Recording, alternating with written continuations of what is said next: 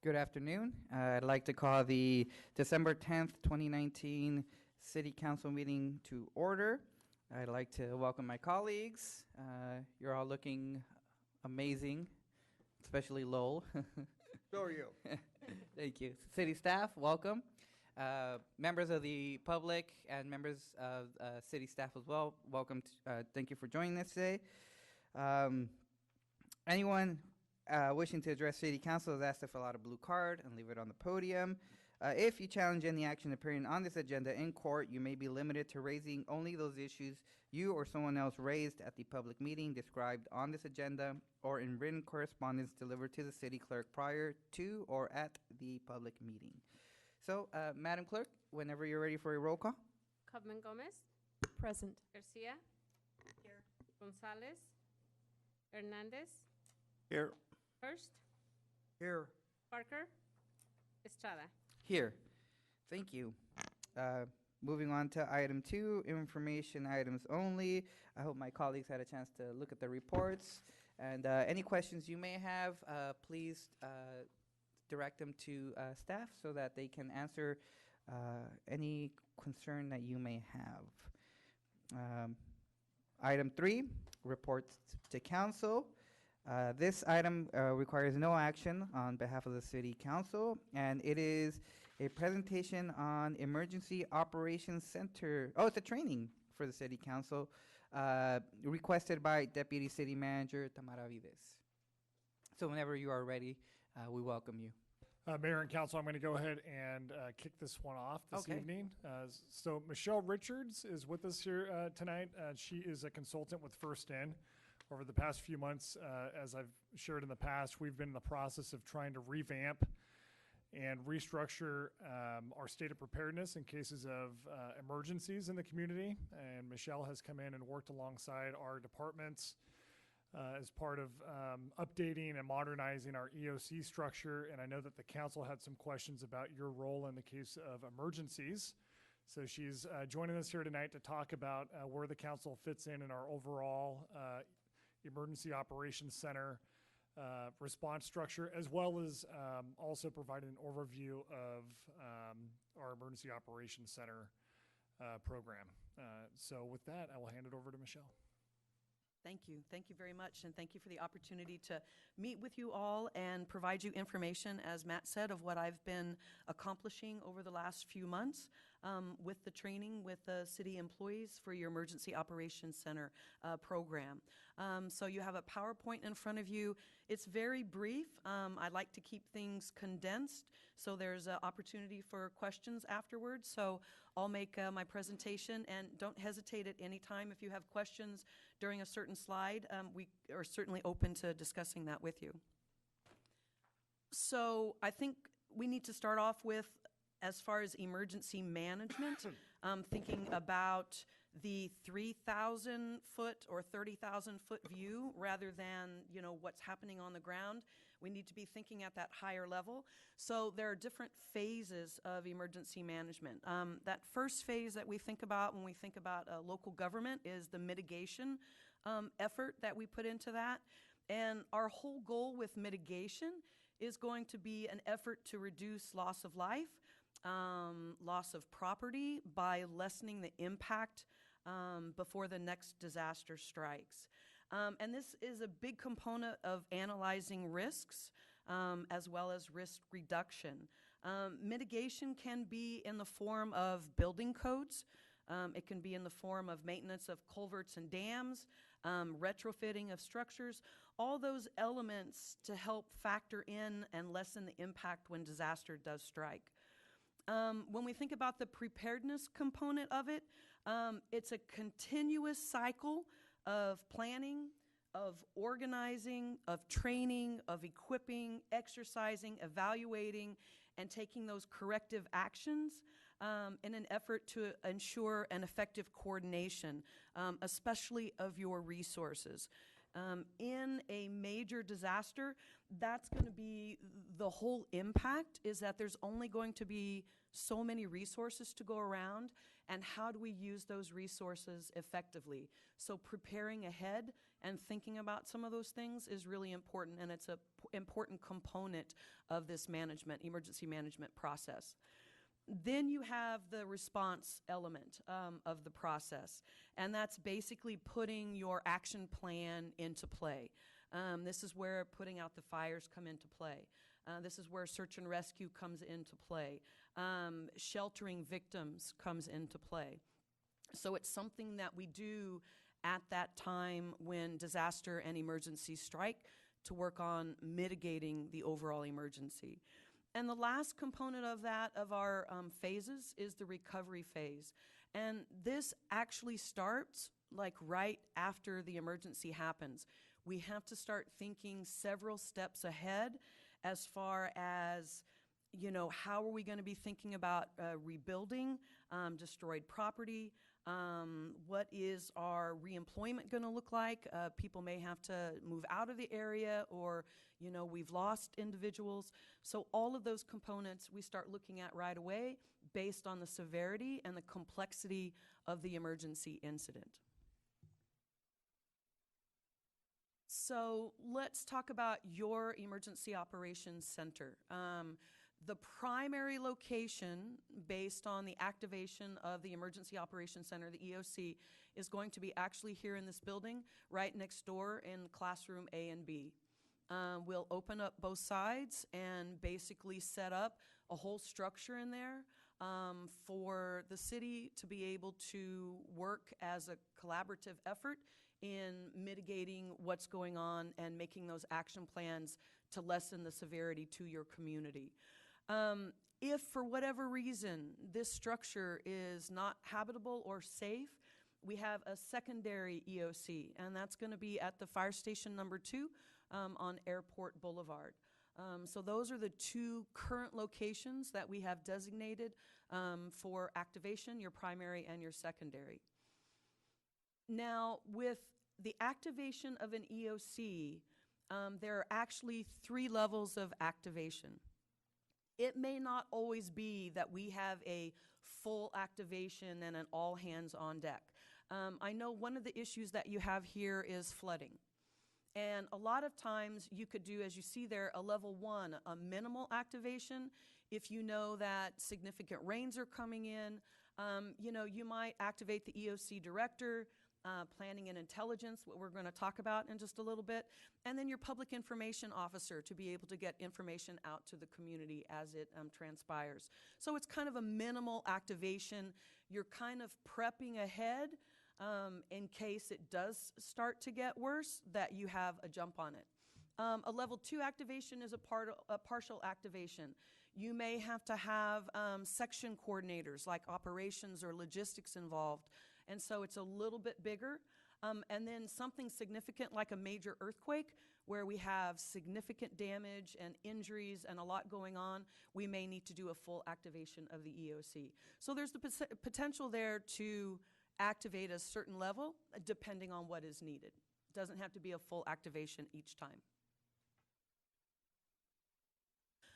This is the current organizational chart as far as the different sections within the EOC.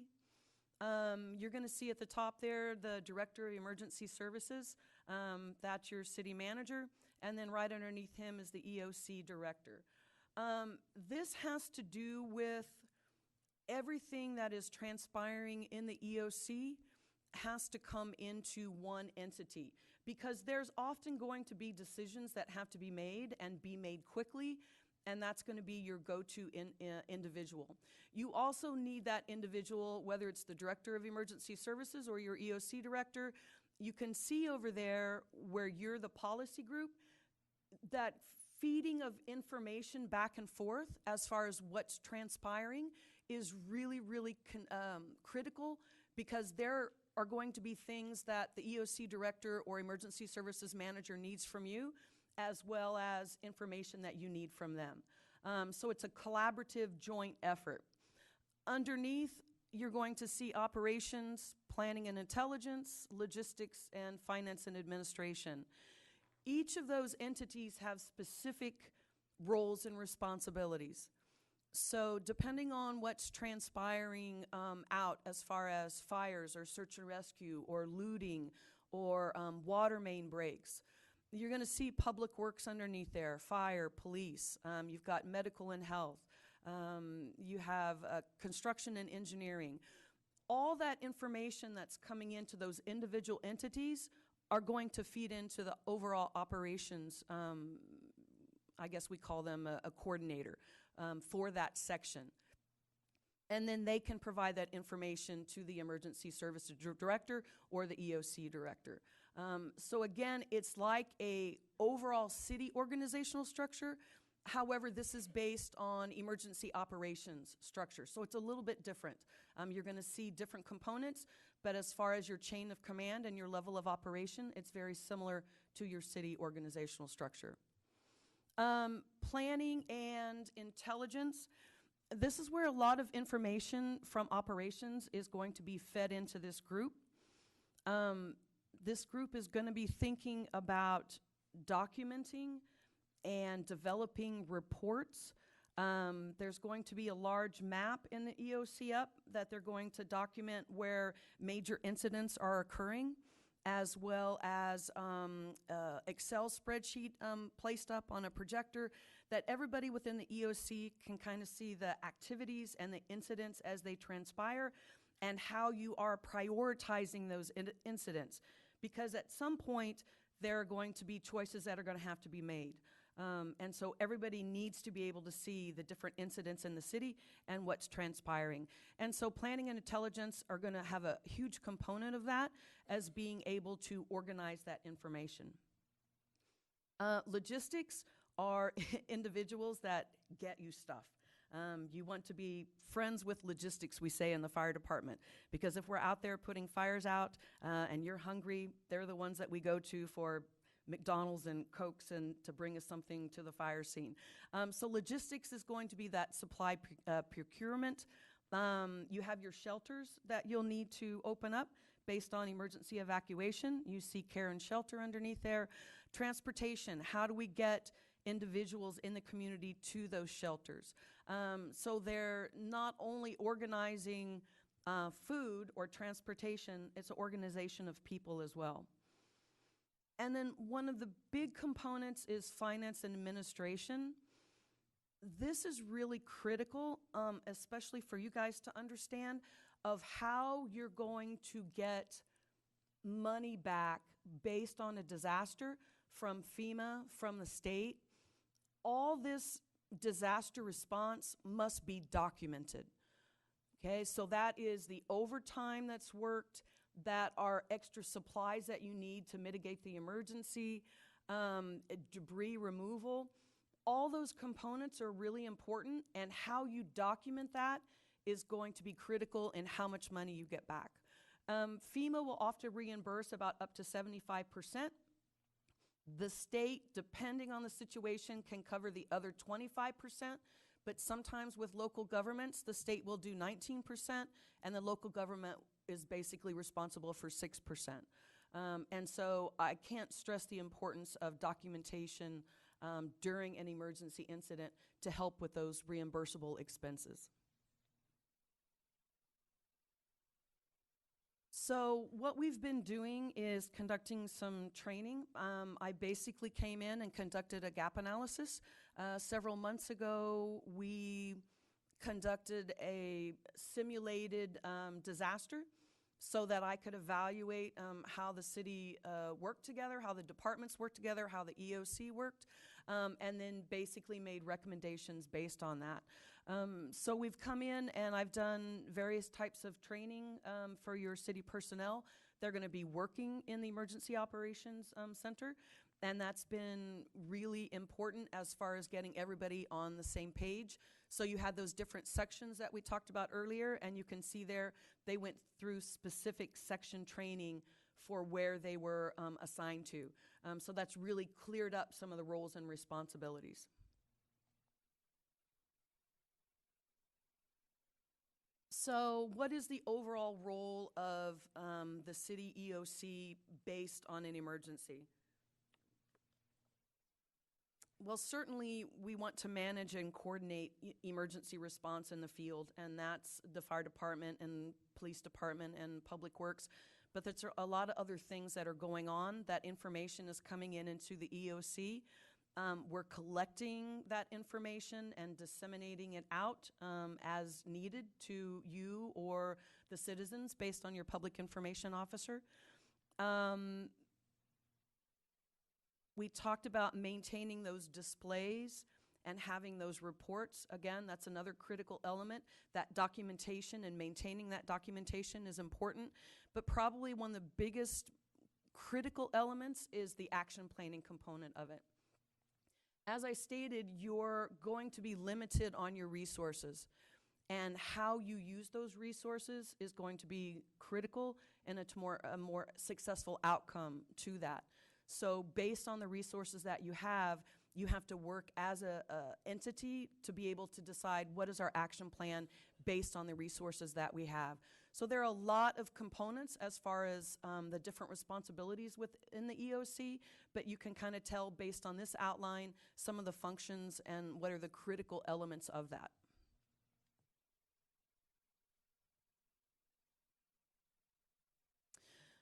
So I guess the big thing then is, what is your overall role or responsibility when we think about emergency operations for the city of Watsonville? There is a lot going on within the city and especially within the operations section during an emergency. And so how do you fit into that? One big component is you're going to be responsible for that state of emergency declaration, so your local emergency declaration, because this kind of starts the ball rolling as far as you being able to submit for those reimbursable expenses. So some of those components have to be done initially before you can start the ball rolling as far as documentation of those reimbursable expenses. I think another important component is you guys are the liaison to your constituents. You know the area in which you live and which you represent. You know some of the hazards and your communities within those areas. So being able to reach out to those individuals, provide them information on what's happening, and also get information from them as far as issues that they're having and what their needs are, again, is really important, because that information can also be fed into the EOC because it could be something that is missed. And so you have that direct contact with your constituents in the city. You may need to conduct meetings to decide if you need to initiate curfews or mandatory evacuations. So that's going to be an important component of those regulations and some of those, what I want to say, policies that need to be passed. You may need to do regular briefings with the emergency services manager, as well as them doing briefings with you to provide you updates on what's transpiring currently within the city, so you can make critical decisions based on what needs to be done next. And I think another component of your role is also thinking about short and long-term planning based on the type of disaster that you've encountered. What is that going to mean for your districts, and what short and long-term issues are going to come up that you need to start thinking about so that you can develop some of those planning actions. One of the things that I want to stress is that during an emergency operations center activation, there are a lot of people working within the EOC. They have a lot of responsibilities. There are a lot of people in a small place. Sometimes cities, especially council members, will develop what we call a disaster district office somewhere in your district that your constituents know that that's where they can go to reach you and or your staff to be able to get information from you, and also you give them information. And so I think that's an important criteria to think about, is whether you can be here at City Council or whether at the fire station, you need to have that area where you can meet as a group, or you can meet individually with your constitutes. So these disaster district offices often are really important and very valuable for you to reach out and talk to the citizens.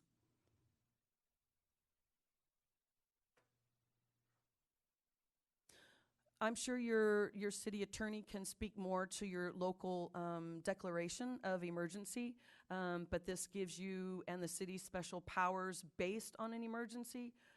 As I said, for curfews, for evacuations, you know, different orders and regulations, because the protection of life and property is critical to a more successful outcome.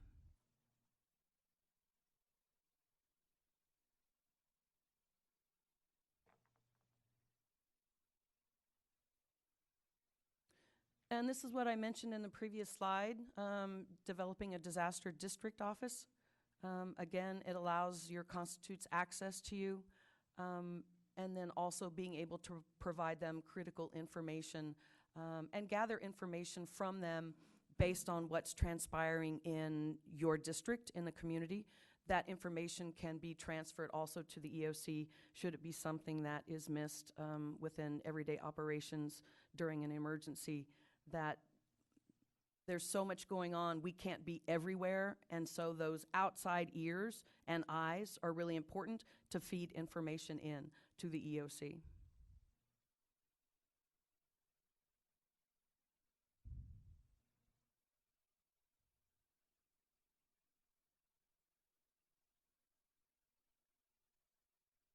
So one of the things, besides you having your own area to be able to meet and discuss issues, especially if the council chambers aren't available, your DDO, as we said. Sometimes council individuals want to go on scene during emergencies, and I just encourage you to be very, very careful about that. Emergency scenes are often very hazardous, and so your safety is of utmost importance. If you decide that you do want to go to a certain area, maybe there's a apartment collapse during the earthquake, and you want to go to that scene, be sure and let your emergency services manager, the EOC director, know that, so that they can let the incident commander at the scene know to ensure your safety. But I would encourage you to get information from the EOC and not to go to the scene if at all possible. Develop a DDO close to the scene, possibly, to be able to provide information and get information, but be very mindful of going to the scene of an emergency incident. And if you do, make sure that you connect up with the incident commander at the incident command post away from the hazard.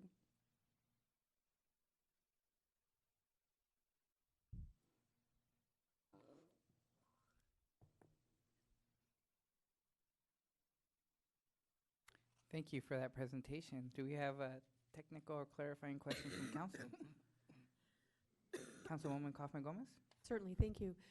I saw that on the hospital, the medical side, that was an empty box. What have we done to communicate to have that box completed in the event that there's something that we need to have either ambulance or the hospital, or where's our communication happening in that particular bucket?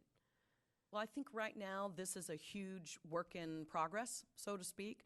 And so I know that reaching out to your hospital, your local ambulance to start coordinating any medical centers. So I think that's something that's in process right now, but it's that component because it's not a city entity. Mm-hmm. We don't have as much control, but there are efforts to reach out and figure out, can they send a representative to the EOC based on the type of incident or emergency? Or for them to at least know what our plan is of where their participation or engagement would be really helpful in the process. Mm-hmm. Do we have like forms for the FEMA so that when we do have to start putting things together for the itemization and the documentation, that we're doing it appropriately with the documents that they're going to require from us? Yes.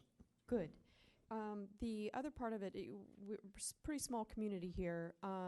What do we have in our plans in terms of there's any type of shelter in the event that there's, a building collapse of some sort? What do we have in our plans or for us to work on for relocating something in that kind of a disaster mode. I mean, when we've had the earthquake, we had them at the parks. So we had tents at the parks. We had the fairgrounds, which I didn't see as a component, but I do know that they are one of the resources. So does his policy include those type of resources when it comes to temporary shelter? Under the logistics branch, there's a branch or a section called Care and Shelter. Those individuals are working closely with the Red Cross. Should the Red Cross not be able to get there here, and they have designated sites that are specific to that, they also have backup sites to be able to activate if the Red Cross can't get here right away. And the reality is, depending on the roadways, depending on the type of emergency, if those are, make it more difficult, it could be several days before the Red Cross was able to get in. I know that Care and Shelter are developing some new contacts, and so that's something, again, that they're working on as we have went through this training and looked at identifying some of those critical components. And I think my last question is, and this may be something for our attorney, is there anything in our charter language that should be mentioned or integrated or we need to take to the voters about this particular process in any way? No, it's all done in the municipal code. Okay, thank you. Thank you. Councilwoman Garcia?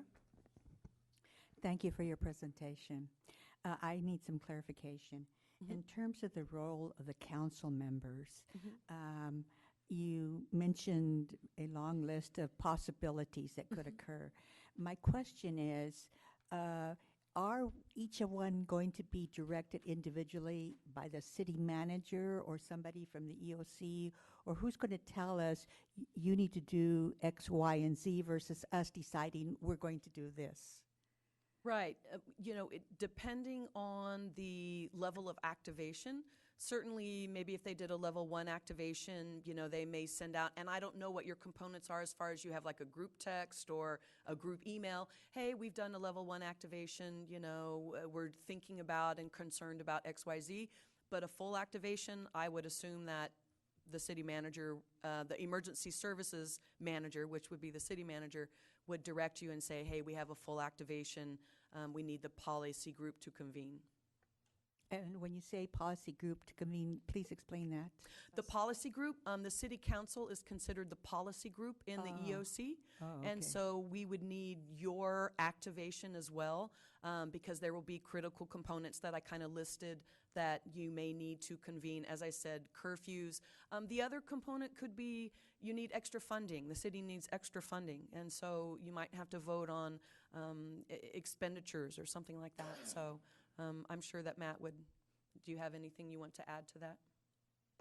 I would agree with everything that Michelle just pointed out. We are working on putting together emergency communication protocols as well. So what's the best way to outreach to all of our other sections in the EOC, but also the policy group. We've been doing that so far over text message, email, but we need to have backup plans if those options are not available. And depending upon the level of activation and the type of incident, some of your districts may be impacted more than others. And so I think it's also important to point out that there may be times where we decide to activate a district office in one of your districts because of what's happening, levee break or earthquake or whatever it might be, but not in others, right? So there's some flexibility there depending upon the incident. My second question has to do with the logistics. And when you were describing that, you mentioned McDonald's and sodas. Are we able to somewhere say we want nutritious meals instead of McDonald's and sodas? And I was just throwing that out. I was in the fire service for 25 years. And so, when we're at an all-night fire, it's like, bologna sandwiches, whatever we can get a hold of. So your supplies group are working with areas within your city to be able to do what we call memorandums of understanding. So maybe they have one with Home Depot. Because in the event of a large-scale incident, we need all your plywood. Or maybe they have one with a grocery store or a restaurant nearby, that they can, prepare some meals. And so, yes, that's all a component, and I was being facetious when I said McDonald's. But yeah, a food unit will be very important. Not only food for the EOC, but food for firefighters out on the line for 24 hours, or police officers, that are evacuating or, looting issues. So all those components. Okay, thank you. Councilman Hurst. Thank you, Ms. Richards, for being here and lending your expertise and advice to the council. Sounds like you have a long history of dealing with these kind of things. And I was actually glad to hear your comment about McDonald's, because we do have several in town, and they have been very helpful in many ways. In fact, I served Thanksgiving dinner to probably about 300 or 400 people, Thanksgiving breakfast rather, and they're generous supporters of the community. So good nutrition comes in lots of different ways. Having survived several disasters in the city, the great earthquake of '89, the terrible flood of '95, and several other crises that we've faced. As you said, the role of the council is very important, but it's not the only role here either. And during the chain of command issues, it's sometimes council members like to get their face in front of a camera or have a photo op, or want to exert their authority as a council member. How does the police chief tell the council member to go get in the car and back off of the scene, or the fire chief or the city manager? How does that take place, and how does that best communicated to council members and mayors? Well, as I said, it's best that you don't go. And I totally understand about those photo ops and those kinds of issues. Again, your safety first and foremost. We have, if you notice on the structure, it's PIO, Public Information Officers. And so not only, with Public Works has one, the city has one, the police department has one, working with those entities, the PIO, the council can work, the policy group can work with them, and then you can get information, and that's what we want. Because so often, especially with our social media capabilities, all this crazy information gets out there that may not be correct or accurate, lots of rumors and whatnot. And so that's why we have this specific group that we're putting out a unified message. And so, hey, if you want that photo op, work with the PIO group, but then let's make sure that we have a unified message that we get out to the community. So I would say go through your emergency services manager, tell them what you want to do, and they will do all they can to make it happen, but it'll probably be through your public information officer. Thank you very much. I think that unified message is extremely important to calm the public, because in disasters, everyone's really shook up, and they're worried about their loved ones, they're worried about their property, they're worried about what's coming next. Mm-hmm. So, and one of the things that I've noticed a lot of times, especially with the public, especially like if you do an evacuation, and then they don't get any information, then they start, creating things in their head, or they go to the social media.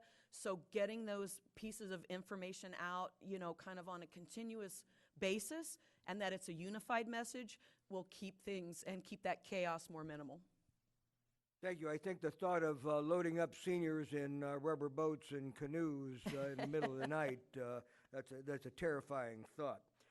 What you said about the finance and administration, particularly the documentation, having been through the recovery of the earthquake and the fires and the floods, if we are going to get any reimbursement out of the state or the feds or from our partners in first responders, it's so important that we have the information and document as we go along, and that's hard to do, because in a disaster, you're not there to document, you're there to respond or prevent or make things better, not worse. But the documentation can't be underestimated as the importance of it, as we found out with lots of earthquake recovery issues. Mm-hmm. So thank you for emphasizing that. Yeah, Councilwoman. I have Gomez? one last Yes. question, and this is for our city manager. In terms of sort of carving out a little bit of a budget for any funding for emergency on this, where are we at with anything that we would have in the event of one of these disasters? Anything at all in reserves? If there's a major incident, the council would potentially have to dip into your reserve fund within the general fund.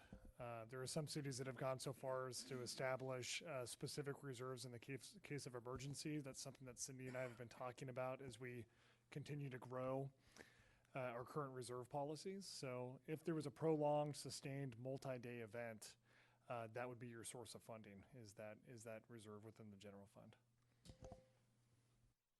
Councilwoman Garcia. Yes, and so what is the timeline for the organizing and planning of all these different categories of emergencies? We have another training on Monday, as a matter of fact, with follow-up trainings coming shortly after the new year. So we hope to have this new structure firmly in place within the next few months, is the plan, with ongoing training to follow. And then when that training is completed and you have a final document, that document will come back to us? As part of this effort, we will also be working on updating our emergency preparedness plan. And so that will bring all of these elements together, and that will come back to the council as well. Okay, thank you. Michelle, thank you for your presentation. In case of an emergency, do we sort of supersede like other organizations like the school district, or I'm pretty sure they'll have their own incident command centers and their own structure. But you know, if a decision needed to be made, do we supersede them, or do they kind of do their own thing? So you're talking about within the city limits? Right. Okay. Depending on the situation, so there's a partial collapse of the high school. Again, that's where we have to start looking. We've got a partial collapse of an apartment complex, of a school, of a church, and we only have so many resources. And if we're hit with a major enough earthquake, the surrounding areas are going to be in the same situation. So mutual aid is going to be tricky, and whatever mutual aid that we can get may take some time to get here. And so that's where you have to start prioritizing, and that's where it becomes really challenging to be able to do that. So I don't know what your school district has, planned, but I would imagine, just like with any other public entity within the city, they're going to be looking at emergency services to provide support to them. Okay. And Mr. City Manager. I would just add that from a practical standpoint, I think Michelle's right. The school district in a major incident will be looking to the city for support, particularly police and fire, because they don't have access to those resources directly. And then, of course, if it was a large incident that crossed over jurisdictions, we'd be looking at mutual aid as well. So obviously pull into the county, and for something larger, even the state would get involved. Okay. And how often do you recommend that emergency response plans are updated? Well, it should be an annual review and revision for most cities. And, you can look at it and everything is good, nothing has changed. But as you continue doing hazard mitigation efforts and training and whatnot, there may be tweaks to it. But usually it's just an annual review. Okay. And then finally, does the state or does the federal government offer any sort of grants to be able to provide like education out to families on what kind of supplies to have at home, or is there any funding that we can sort of buy like emergency response bags for maybe our most disadvantaged families or anything like that? I know that there are programs out there, and I believe it's ready.gov, and they have a lot of information about planning for home, things that you might need. But there are grants available, and then there are companies that provide all kinds of disaster bags and supplies that would be a possibility as well. Okay. Any other questions? No. Thank you. We would like to open it up right now for public input. Any questions that you may have for Michelle? We invite you to come down. Tell us your name, tell us where you're visiting from, and feel free to ask your question. Welcome. Thank you. Good afternoon. My name's Becky Steinbrunner. I live in rural Aptos. I am an amateur radio operator, and this county has over 1,600 amateur radio operators that are licensed, and we train to help in emergencies. So please include us in your logistics plan for communication, because oftentimes we found in emergencies, in disasters, the cell phones go down. Our amateur radio emergency services group trains annually with the Watsonville Community Hospital. We participate in their drills. We also do trainings as if we were helping relay information from the airport, accepting supplies, sending orders. And we are prepared to work at shelters. We do not self-activate. So I just want to make sure that you're aware of the terrific information capability that your amateur radio operators can provide in those times of need. And many of them are also members of local community emergency response teams within neighborhoods. So that's another good eyes and ears on the ground. I think that I had a question actually about that, because we have a radio station in the Watsonville Hospital, and it's considered one of the best spots because the hospital has backup power in emergency. So I don't know if your EOC plan is in places where if the power is out, you've got power. That's an important thing. And also, don't forget the Salvation Army in terms of food preparation. They train, and many of them are amateur radio operators as well.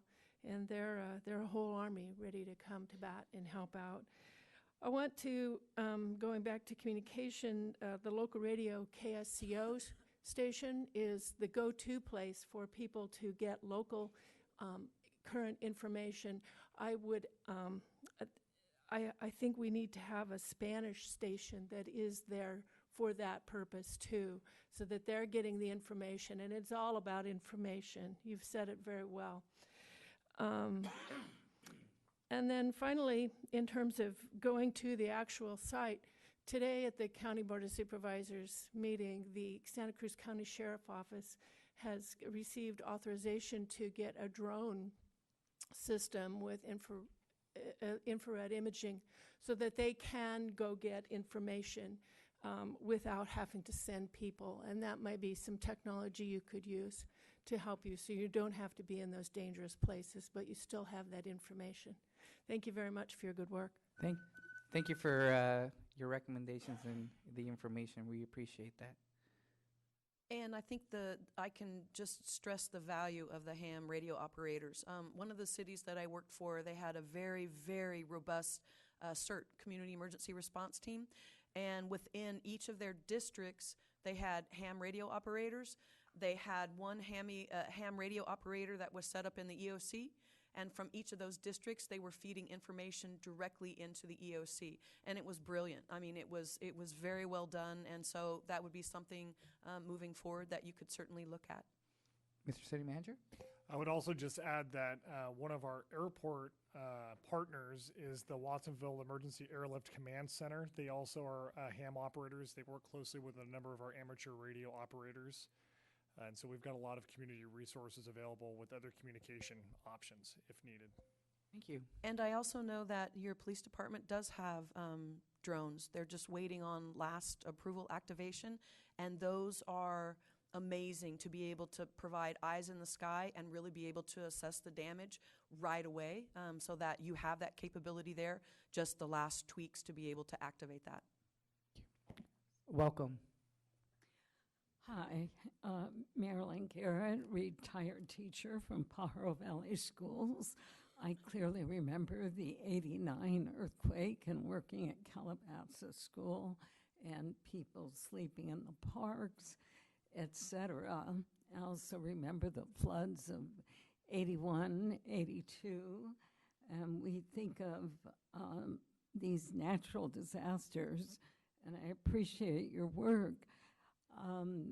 I want to focus in on some disasters that don't tend to be incorporated, that need to be, because technology and policies have changed greatly from, almost 40 years ago or 30. And I'll read this. Cell tower tsunami to hit your neighborhood soon. Now think of that, a cell tower tsunami, and why is it called that? Verizon has proposed to erect over 80 new cell facilities in Santa Cruz County. Local officials have admitted that the telecom industry plans to install more than 40 small cell antennas per square mile in our community, in front of our homes and all of our neighborhoods.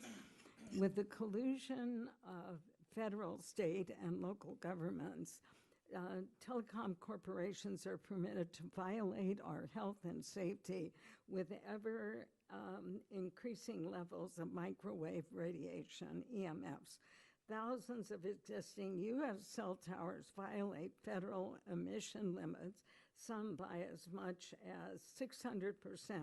Once installed, these towers are not monitored. The industry may broadcast at any level. Thousands of peer-reviewed studies by scientists independent of the industry conclusively prove serious long-term health effects from current exposures to wireless technology, especially for children. These include, then this is a partial list, cancer, neurological disorders, including ADHD and ADD, something we see in the schools more and more prevalently, heart disease, sterility, including permanent DNA damage, diabetes, tinnitus, headaches, and insomnia. And we need to prevent this kind of disaster, emergency, from coming to our neighborhoods. And one way is to endorse the international appeal to stop 5G on Earth and in space. And I've given you copies of that before. This is a serious, serious matter. And Finish. I'd just like to, a little bit more about fire hazards caused by these power lines. I'll just read the headline of this. There have been so many fire If you can just finish your disasters. thought, please. Thank you. Just the title, Fire and Electrical Hazards from Smart Wireless Power Line Communications and Digital Utility Meters. So let's stop this emergency before it progresses more and more deadly. I'm going to leave you 3 papers. And drones are microwave radiation weaponry. Big problem. Thank you. Thank you. Any other members of the public wishing to provide input or ask questions on this issue are invited to do so now. Seeing none, we will now close public input. And thank you again, Michelle, for your presentation. That was very informative and very timely. So thank you. Thank you. Okay, we will move on to item 4, consent agenda. All items appearing on the consent agenda are recommended actions, which are considered to be routine and will be acted upon as one consensus motion. Any items removed will be considered immediately after the consensus motion. And just to update everyone, item E has been postponed on the consent agenda. Item E has been postponed until further notice. Is that correct, Mr. City Manager? Okay. Which items again? Item E. That's one item. Item E pertaining to 100 Aviation Way. This was a lease transfer. It'll be postponed for a future date. Could I ask a question that you could come back with at that time? Of course. I see that the new potential owners are have a lot of experience with restaurants, but could you find out what kind of food they're going to be serving? Yes, we will bring that. Thank you. Okay, at this moment, I will allow public input on any item on the consent agenda before we approve. So we welcome any input at this time. Welcome. Thank you very much. My name is Becky Steinbrunner. I wanted to speak a little bit about item D, as in David, concerning the rail trail. I read through the documentation on this and see that it is sort of, there's some delay in it because of a need to get authorization from the Public Utilities Commission for some new crossings. I am a little bit familiar with that process because of what has happened near where I live now in Aptos, and a large development there, the Aptos Village Project, wanted to get a new crossing to connect the the subdivisions roads internally to the main thoroughfares. The Public Utilities Commission granted that new crossing on the condition that 2 similar crossings be closed. So I don't know where your process is, but that is part of the process that the County of Santa Cruz encountered when they were going before the Public Utilities Commission for an approval of a new crossing. So it takes long time, and there are many findings that must be made. And then if it is the Public Utilities Commission's requirement, then you have to identify these other crossings that could be closed. So I just wanted to bring that before you, and I'm interested in watching this process as it unfolds. Thank you. Thank you.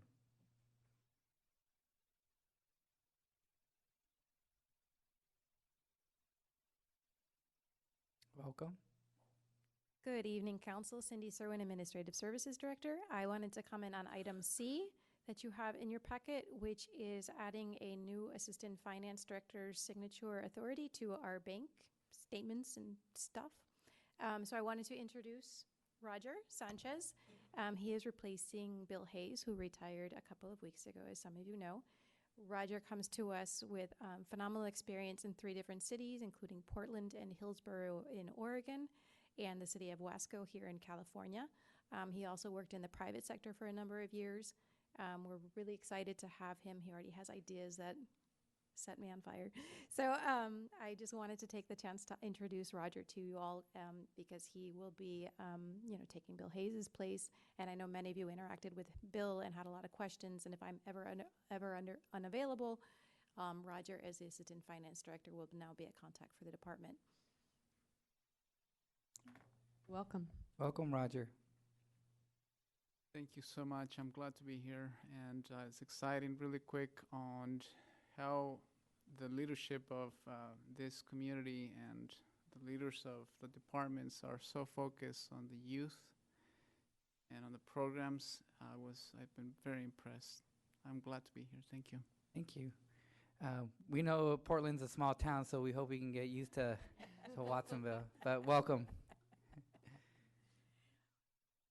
Okay, any other member of the public wishing to comment on any item on the consent agenda? Mayor?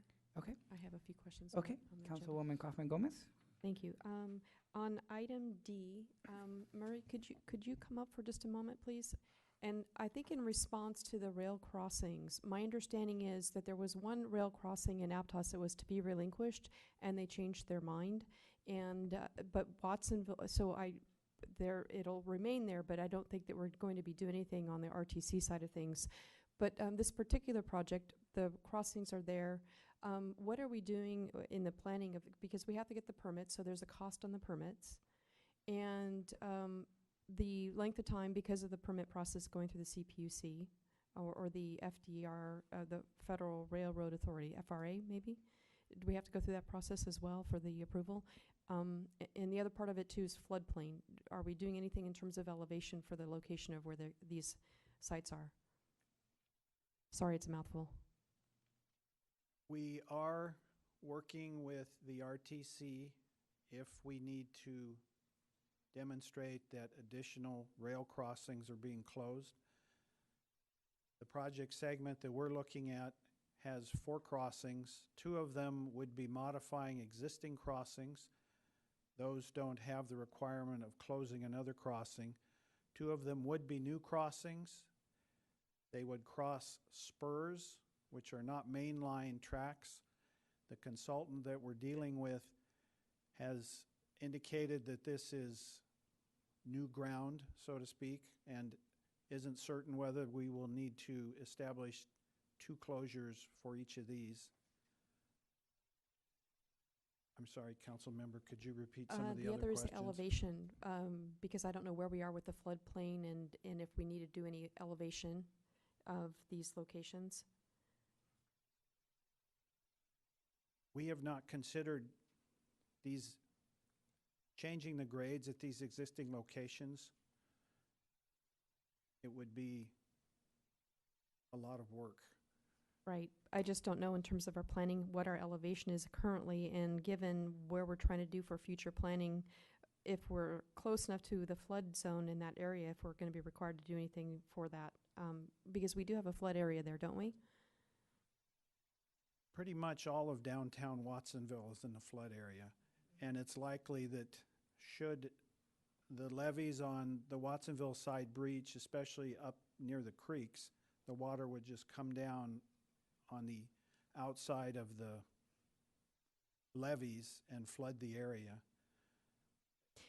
So we have a concern here, not only of that, if we need to get through moving things or elevating them so we don't have a future problem with transportation in the event that it's in the flood zone and we have the sea level rises. That's an issue. I just want to make sure that we're addressing it now instead of getting it flooded if we see that occurring. And the other part of it being spurs and doing the crossovers of the spurs that hasn't been mitigated with a CPUC on the permit process. So I guess we have an alternative if that were the case, if we're not going to get anything permitted for the spurs.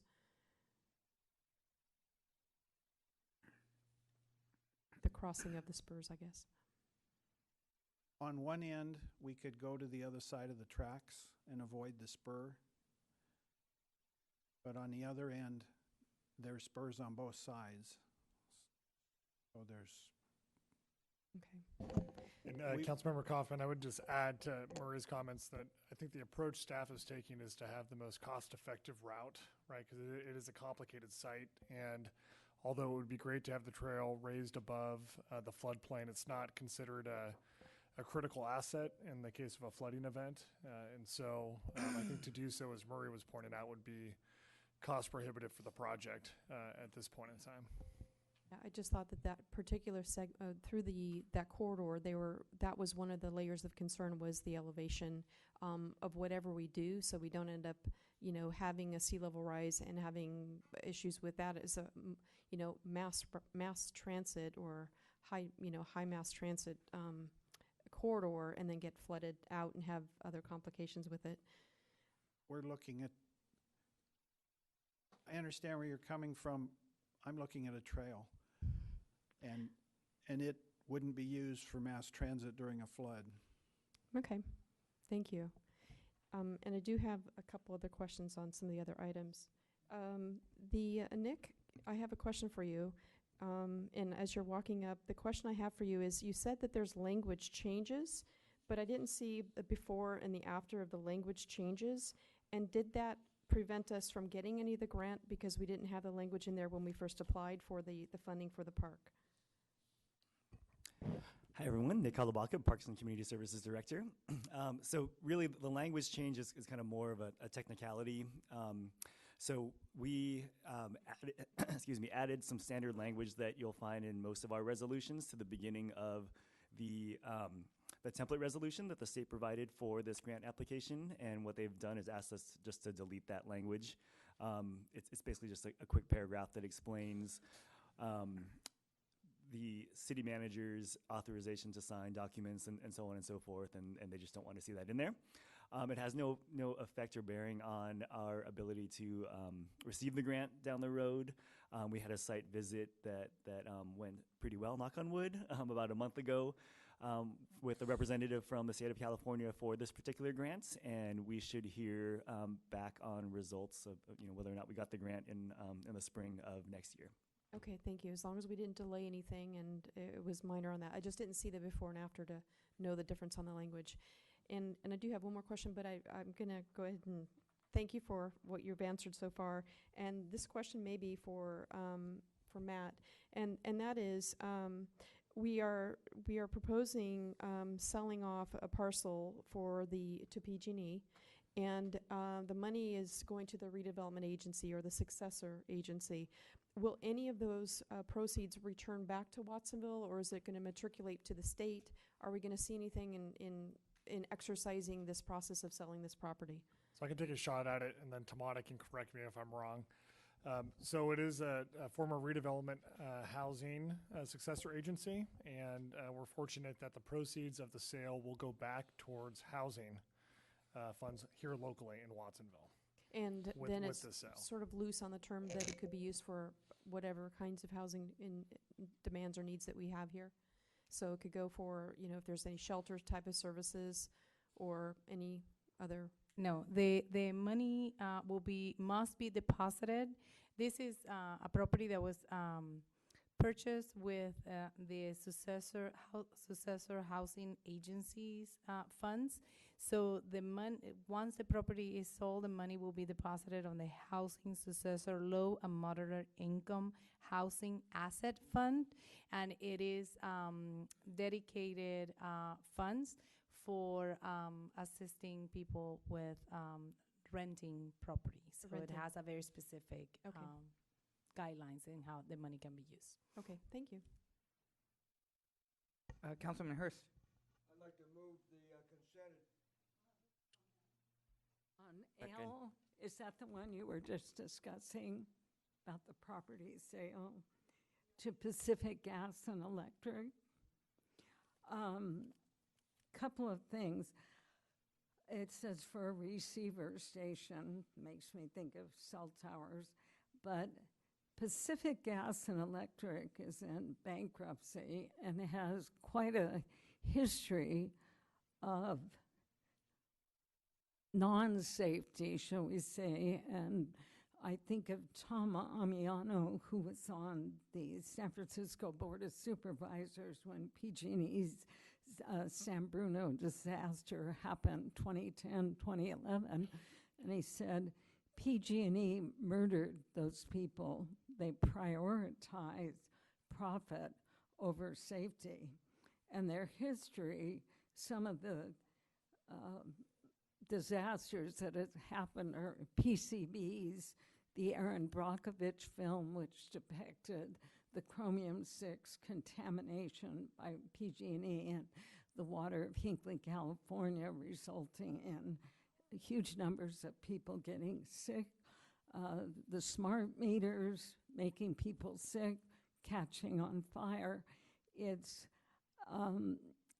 They don't have a history of safety. So whenever I see that they're doing something supposedly promoting safety and their power lines, because they've neglected upkeep, have caught on fire and caused a number of these fires, I just question the wisdom of the city selling its property for whatever this receiver station is.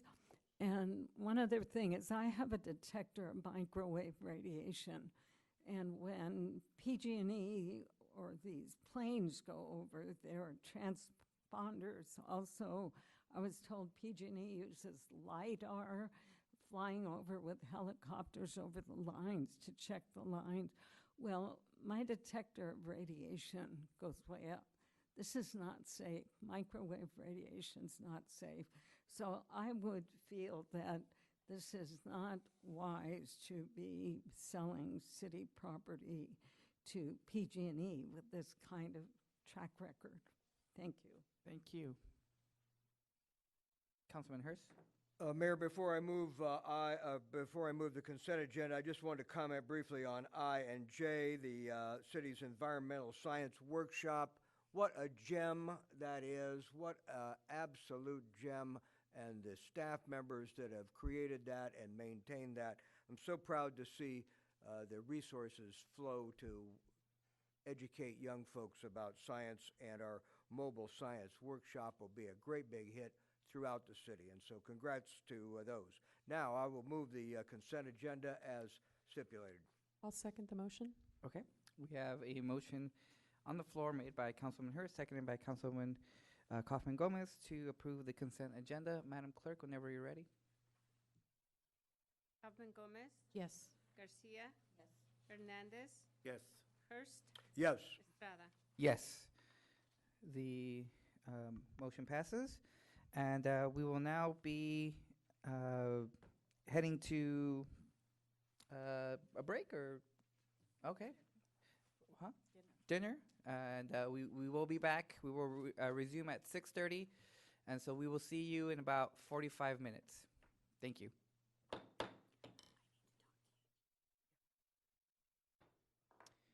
Welcome to the 6:30 session of our December 10th, 2019 City Council meeting. I would like to welcome each member of the community that has joined us here today. This is your chambers. We are your humble servants, and we're very happy and grateful that you are here with us today. Before we begin, we always like to, or I always like to have the City Council introduce themselves, let them tell you what district they represent, and also have the city staff here tell you what they do on behalf of the city. So let's begin with Mayor Pro Temp Rebecca Garcia. Rebecca Garcia, I represent District 5. District 5, you will see, begins at the corner of Main and Freedom Boulevard across the street from St. Patrick's. And it includes 4 schools, Starlight School, Cesar Chavez Middle School, Minty White, and E Hall Middle School. And I always like to highlight at least one business in my district. And today, if you'd like to eat fish, go to the Fish House in District 5. Thank you. Councilwoman Kaufman Gomez. Thank you. It's so wonderful to see such a full house this evening. My name is Trina Kaufman Gomez, and I am a representative for District 6. And District 6, demographically, let me give you some subdivisions kind of earmarks. I have the Flower Streets, which are still in Freedom zip code, which are the Carnation, the Fuchsia, and the other streets that are Marigold, that kind of thing, that are in that subdivision, where the old hospital was, which most folks know, and the Towers, which is an apartment complex that we have. I've also got the county streets, which would be Santa Clara, Napa, Sonoma, quite a few of the streets over there off of Arthur Road. And then I have a couple of the President Streets, being Roosevelt and Stanford, and a few others that are down over off of the Lincoln area. And then I go down the corridor to Freedom Boulevard, where I have Crestview Shopping Center, I have the Kmart Shopping Center, and I pop over, and the only school that's in my district is H.A. Hyde and the DMV. And I have, a very small park, which is Floodbrook Park. So that sort of summarizes how you can describe my district that I represent. Thank you. Thank you. Before we move on to Felipe, I meant to do this beforehand, but anybody wishing to follow council, you're welcome to please get an agenda they're located in the front before you come into the room. They're available in both Spanish and English, so feel free to pick up either or. Y para todos los que ocupan servicio de traducción, tenemos aparatos aquí a mi mano izquierda. El que guste seguir la junta, los invitamos que vayan, recojan un aparato, lo ponen en canal 0 y así pueden seguir la junta. Anybody needing translation services, we have them here to my left in a little brown basket. Feel free to grab one, put it on channel 0, and feel free to follow along with the City Council. Councilman Hernandez, welcome. All right. So District 1 is the one that you see outlined in blue. I have everything from Pajaro River all the way down to Ohlone Parkway. That includes all of downtown, Main Street, all the way through Target Shopping Center, and everything west all the way to the water reclamation plant. Thank you. Councilman Hurst, good evening. Well, ho, ho, ho, and good evening, everyone. My name is Lowell Hurst, and I'm from the most northern part of the city. We're calling that the North Pole of Watsonville this evening. The North Pole, that's District 3. You'll see it outlined here by the airport. And, you know, there's many good things happening at the airport, and so check it out sometime. We also have the Safeway Supermarket is in District 3, and all the other businesses located there in that shopping complex. Home Depot is also in District 3, and I know everybody goes to Home Depot this time of year. But Monument Lumber is also in District 3, and that's another wonderful place to equip your home.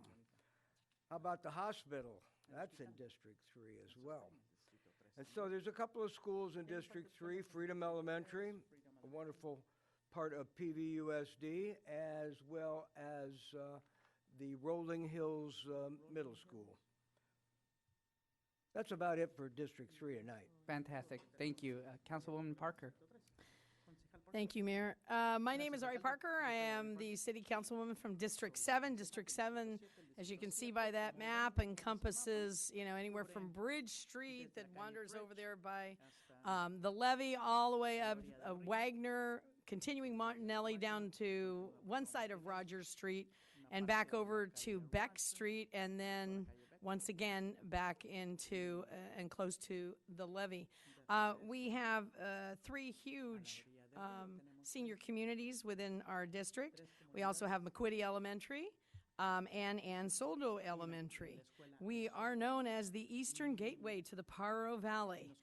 We welcome people that come over Hecker Pass and into Watsonville. We have great shopping. We have wonderful places to eat. And at Coffeeville, we've got great coffee if you haven't tried it.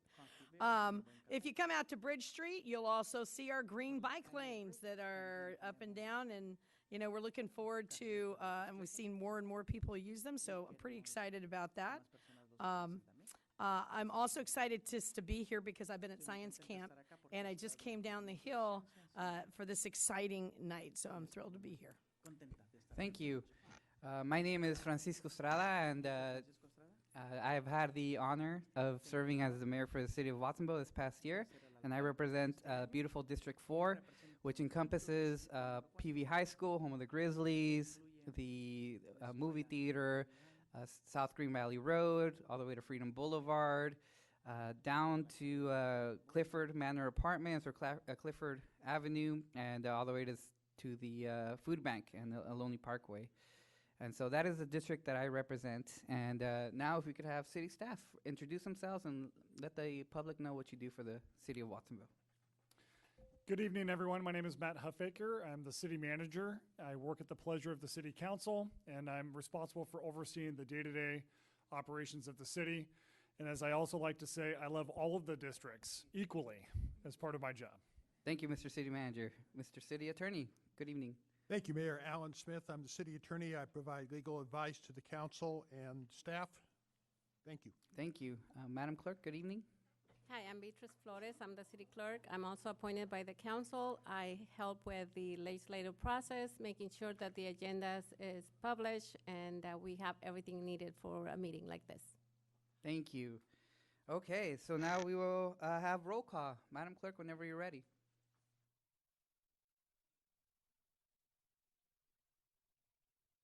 Kaufman Gomez, Present. Garcia, Here. Gonzalez, Hernandez, I'm right here. Hurst, Here. Parker, Here. Estrada. Here, thank you. Now we can all rise for the Pledge of Allegiance, please, and I will be leading it. So. Hand on your heart and salute. I pledge allegiance to the flag of the United States of America and to the republic for which it stands, one nation, under God, indivisible, with liberty and justice for all. You may have a seat. Thank you. Okay, moving on to item 8, presentations and oral communications. And for those of you that came today, you are in for a treat.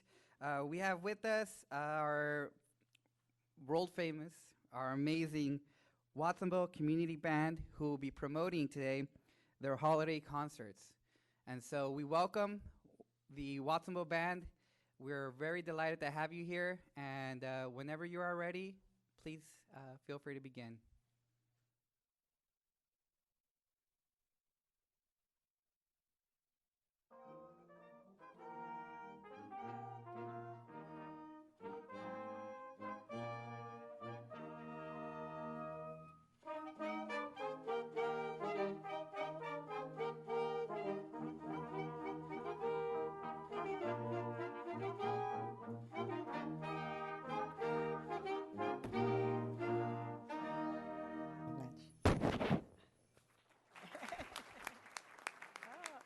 Oh, thank you. Oh.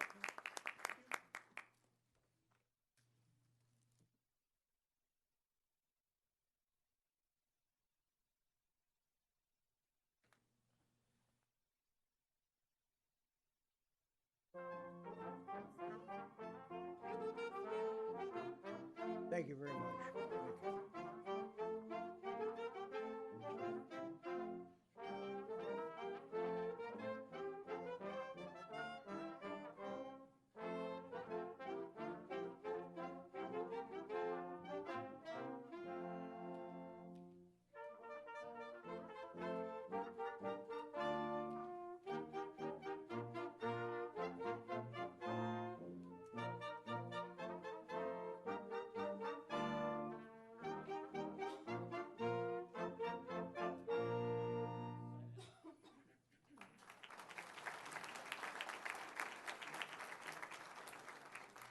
Thank you for having us out here today. And I would like to invite everyone to come to our concert in Watsonville on Friday night at 8 p.m. or 7:30 p.m. We will also be having our youth band play as well. And congratulations to Ms. Garcia for becoming mayor. And thank you, Mr. Estrada, for the job you've done this last year. Thank you very much. Thank you. So remember, it's this Friday at the Mello Center, 7:30, and the Watsonville Youth Band will also be there. So we're looking forward to it. Thank you. And now, oh.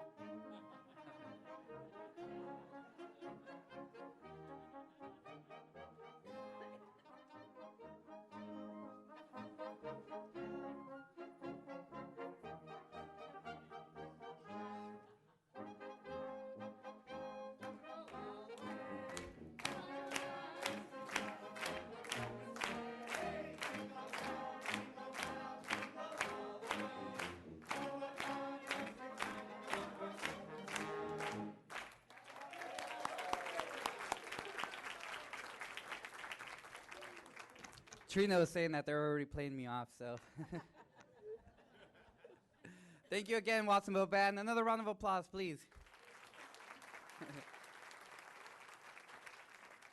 Okay, moving on to item 8B. We, this past year, started this really ambitious program that sought to re-engage many members of the community to the community. And so the Watsonville Academy was born thanks to the great effort and work by our city staff. And we had a great cohort, our first group that did the program. And really the idea behind it was we wanted people to know, you know, how city government functions. And so we really, Liz here was the mastermind behind all this. She put in all the hard work, and she's going to tell us a little bit more about this great program that started in 2019. Thank you. Good evening, Mayor and Council. My name is Elizabeth Padilla with the City Manager's Office. I'm excited to be here with you tonight with the first graduating class of the Watsonville Academy. The Watsonville Academy was designed to give participants a first-hand look at local government. This free 9-week program was open to Watsonville residents and business owners 21 and older. We received a total of 33 applications. 27 were accepted into the Academy. 91% of those participants accepted into the program are graduating tonight. Some of the goals and objectives of the program were community engagement. We wanted to engage our community. We wanted to build an understanding and a mutual respect and relationships. We wanted to build connections with our community members and business owners. We wanted to develop civic leaders and create a growing, well-informed community members who can serve as ambassadors and share their experience and knowledge about the city with others. We wanted to inspire interest, inspire these participants to get involved in local government by serving on commissions and volunteering, and most importantly, just give them an inside look of local government, of all the programs and services that we offer. Over the 8 weeks, we visited several departments to learn about the services and program offered by the city. We started off with administration, then we did the airport, public works and utilities, our police department, fire department, parks and community services, the library, community development, the city attorney's office, and our information technology department. So I wanted to take a moment just to thank all of our department heads, our staff, and our council for participating in this program and just making it a really enjoyable and memorable program for our participants. A lot of work went into putting together the presentations and doing the tours over the 8 weeks. After the last session, we shared an online survey with all of our participants to kind of help us gauge whether the program helped to meet the goals we had established and to get feedback from our participants on how we can improve the program from next year. So just some of the highlights, we asked the participants whether the goals were met. 100% had responded with yes. One of the other questions we asked was, do you feel you know more about the city now and after you've taken part in this program? 100% answered yes. And our third question was, would you recommend it? Again, 100% of our participants answered yes. So as you can see, the program in its first year was very successful, and we are happy to kind of share some of those highlights with you tonight with the video that we took. So I'm going to play that for you right now.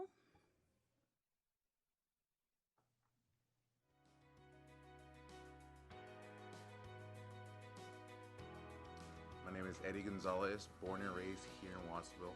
I've really enjoyed the Watsonville Academy.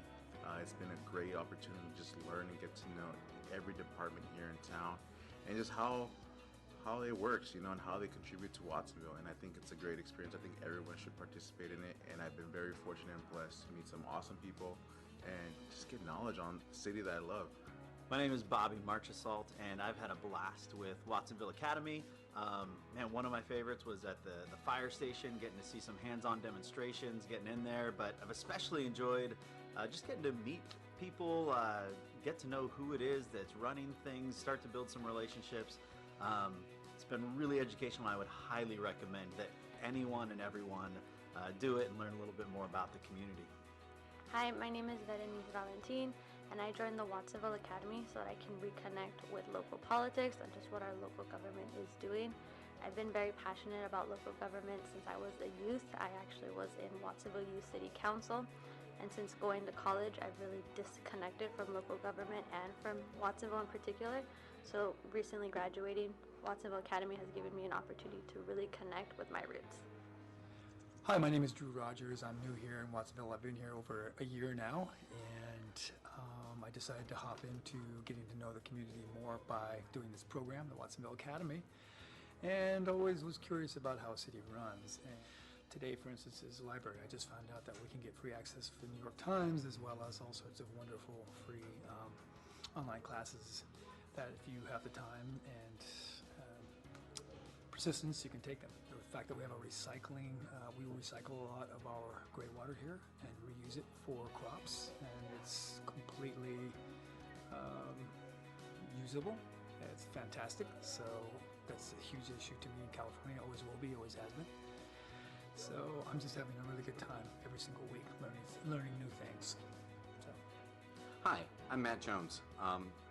Really was excited when I learned about this program. I think the highlight for me has been learning about how the breadth and scope of all that our city does through all our different departments. And yes, I would highly recommend anyone to come through this academy again when they offer it again. Thank you.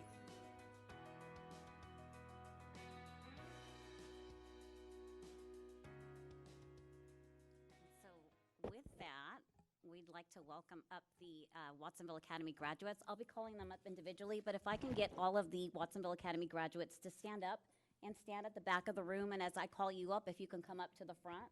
We ask that after you receive your certificates too, that if you can just stay up here. So our first graduate tonight is Alan Flores. Alan, will you please come on up?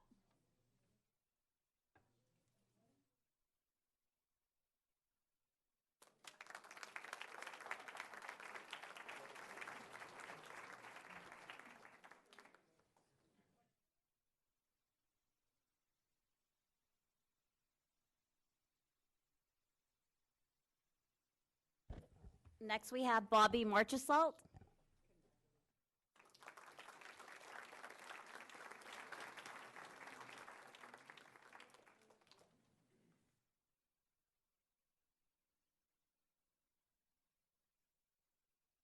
Brenda Reese.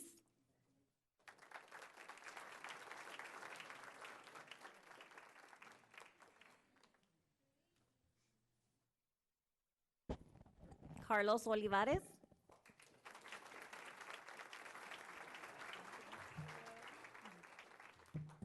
Casey Craig Clark.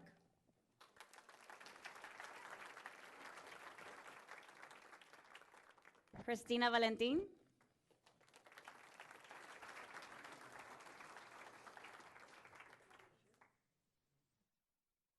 Drew Rogers.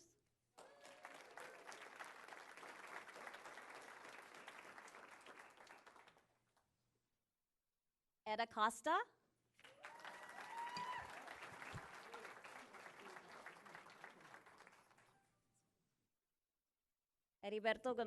Gladys Cavadas.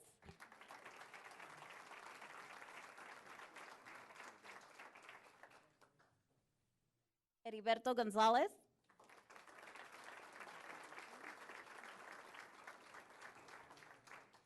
Jennifer Shee.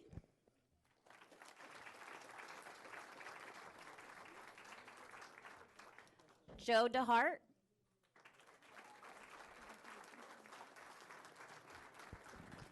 Jonathan Perez.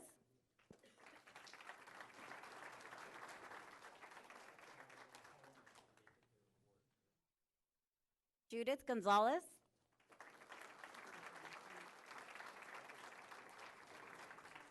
Kimberly Ferguson Morgan.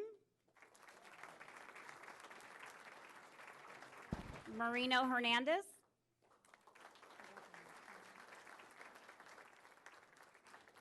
Matthew Jones.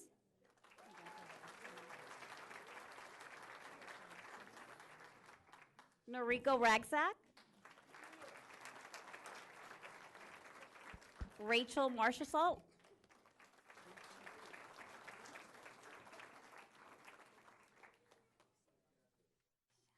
Regina Molina. Berenice Valentin. And last but not least, Yusenia Jimenez.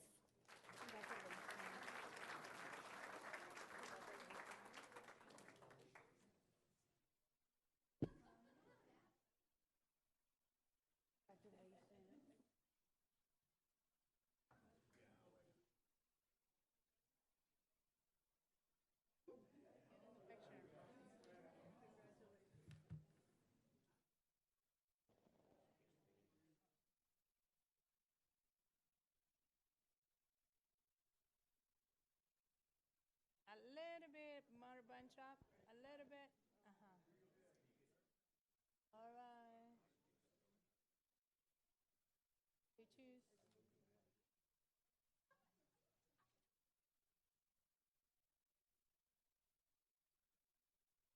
One more. Look at here. Yeah. Awesome. Thanks.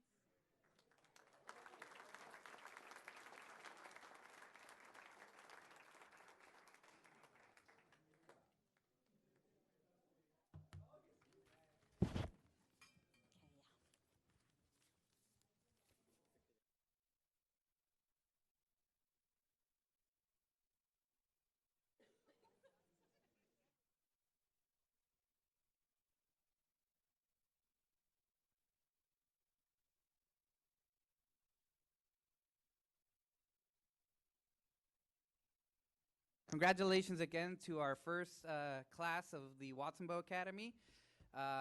You know, I'm hoping that in that class we have future members of commissions, future council members, and hopefully our future mayor somewhere. So congrats again.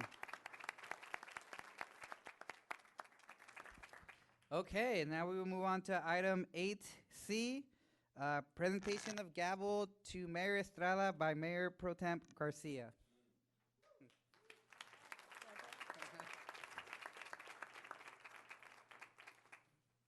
I am so excited that I'm able to give Francisco this token of our appreciation on behalf of the City Council. Many community members have spoken to me about Francisco Paco Estrada. And what they say to me is that Francisco has been accessible. Francisco has listened to them. Francisco has tried to problem solve with them. And he's fun also. He has offered Zumba classes, bike rides. And so they are just so pleased that they've had 1 year of his experience giving to the community. And so with that, Francisco, I'd like to present with you an appreciation, Mayor Francisco Estrada, District 4, December 2018 to December 2019, on behalf of all the City Council members.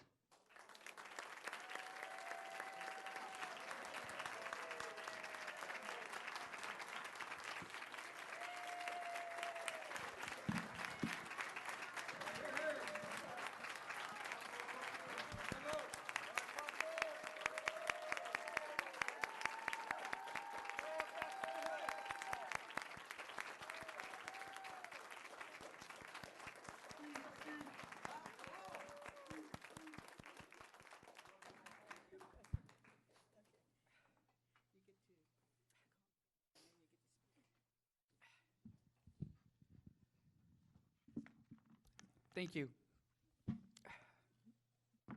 I'll have a moment to say a few words, but now, what a moment now. I'm so excited for Rebecca, and we will now be swearing in our new mayor, Rebecca Garcia. My understanding is that we have Ms. Erica Padilla Chavez, who will come and administer the oath of office. So, Erica, please come up here. Please, yeah.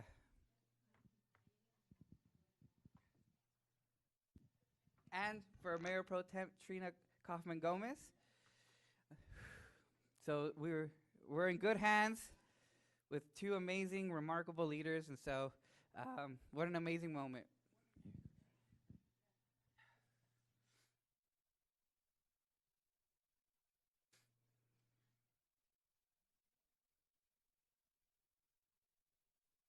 First, I'd like to say and echo the mayor's sentiment that it's a very special night. Paco, you've done an amazing job. It's particularly special tonight for me as a native of Watsonville. I am an elected official. I represent Hartnell Community College, the college next door, but I'm a native here. And to be here tonight and to be able to do this for two amazing women of this community, you know, it's taken 151 years, I learned tonight, and this is the third female mayor that we've had in the city of Watsonville.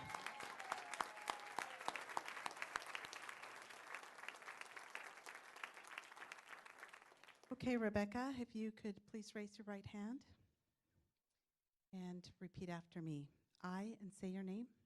I, Rebecca Garcia, Do solemnly swear do solemnly swear that I will support and defend that I will support and defend the Constitution of the United States the Constitution of the United States and the Constitution of the State of California and the Constitution of the State of California against all enemies, foreign and domestic, against all enemies, foreign and domestic, that I will bear true faith that I will bear true faith and allegiance to the Constitution of the United States and allegiance to the Constitution of the United States and the Constitution of the State of California, and the Constitution of the State of California, that I take this obligation freely that I take this obligation freely without any mental reservation or purpose of evasion, that was long, without any mental reservation without any mental reservation or purpose of evasion, or purpose of evasion, and that I will well and faithfully and I will well and faithfully discharge the duties upon which I am about to enter. discharge the duties upon which I'm about to enter. Congratulations, Rebecca.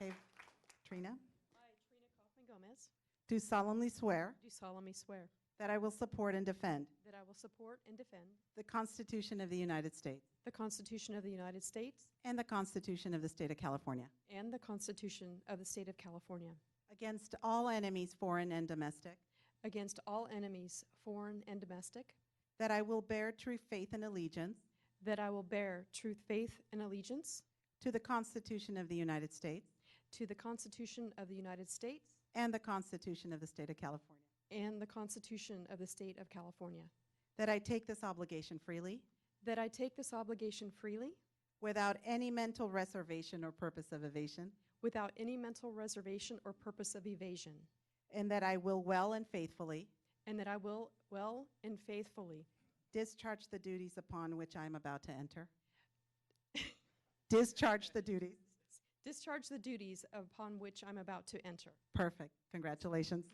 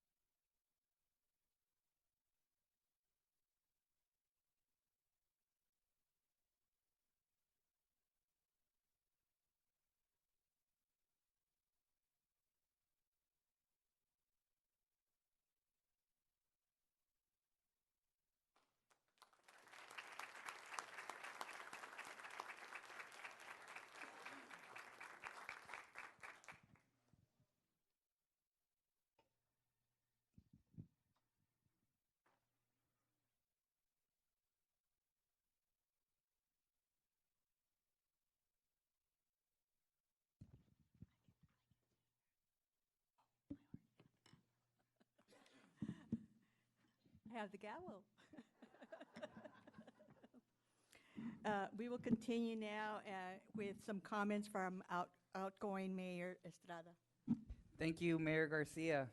And first off, I just want to say that it's been quite the year. I know a lot of people have come up to me and have mentioned that they felt like the year went by really fast, but you know, time is relative, and it seemed like it was such a long year, long year.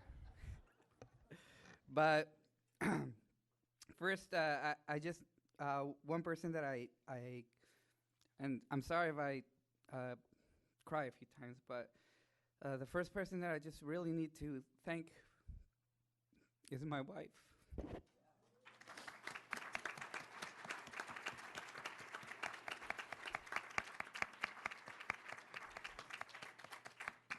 You know, she tells me that she had to share me, right, with the city. A lot of long nights by herself. Dinners by herself. So, thank you for allowing me to do this. Mis papás aquí están hoy. Mi padre Pancho, mi madre Elia, mi hermano César, mi hermana Andrea, Diana. Por ustedes les debo todo. Les agradezco todo lo que han hecho por mí. Y más que nada, este triunfo es de ustedes. Más que nada es de ustedes. Por todo el sacrificio y el trabajo y el compromiso que se echaron. Y gracias.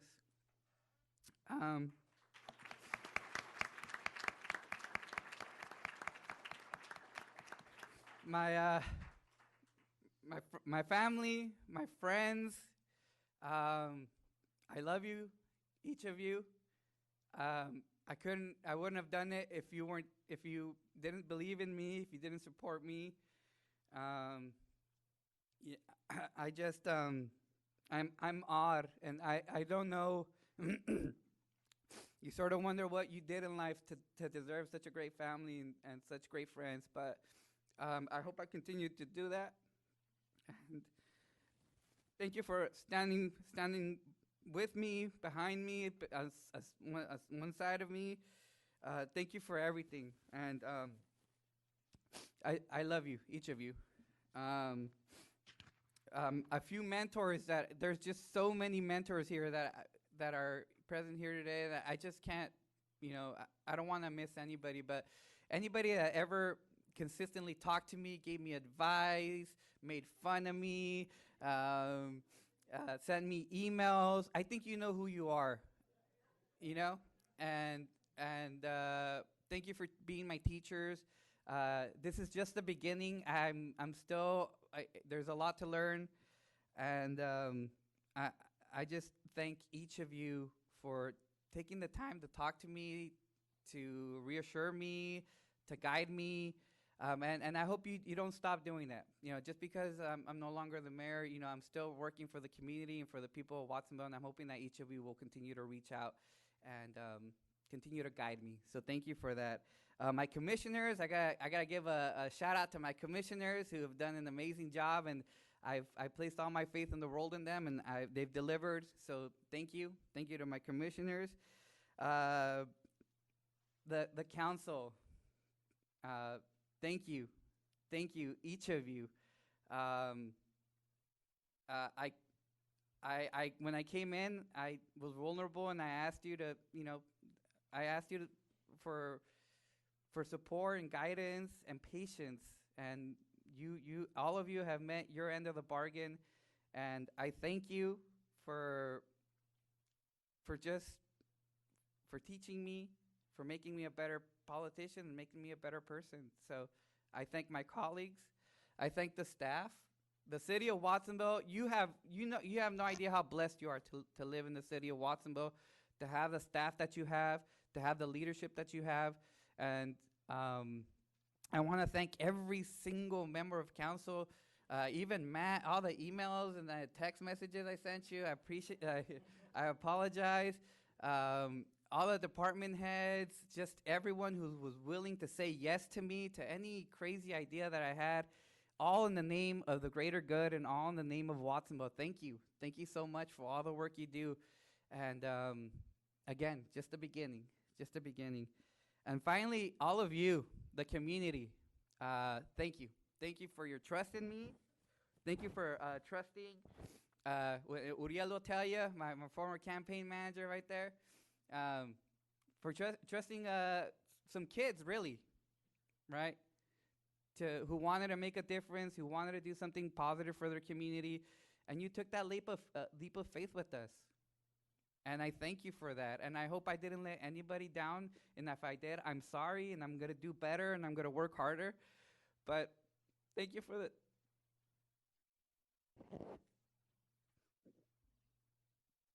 it's been the honor of my life. Thank you.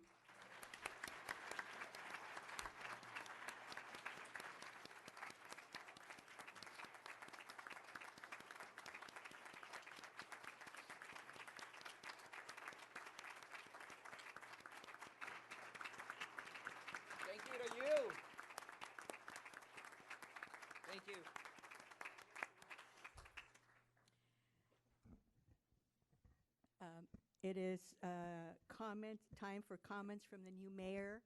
And as a new mayor, I'm going to go out there to talk to you.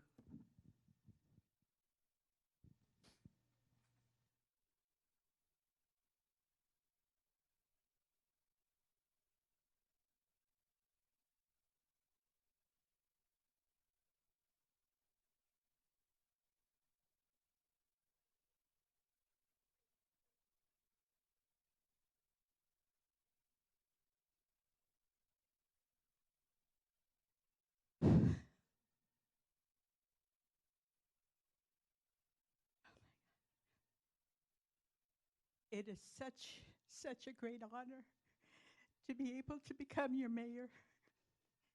As a child growing up in Watsonville, daughter of immigrants, farm workers, it never ever occurred to me that someday I would be on city council, let alone being mayor of Watsonville. And I have so many people to thank. My family, my son, daughter-in-law, granddaughter, my daughter, son-in-law, grandchildren, and great-granddaughter. They're over there. Say hi, Gianna.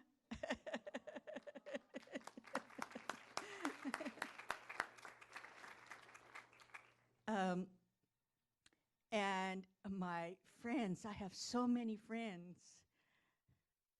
The M&Ms, the comadres, the chismosas. So many friends.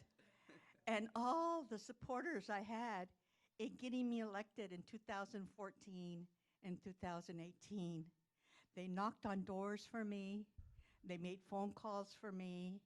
They asked money and raised money for me. They encouraged me. They gave me advice. All of you, I have to thank.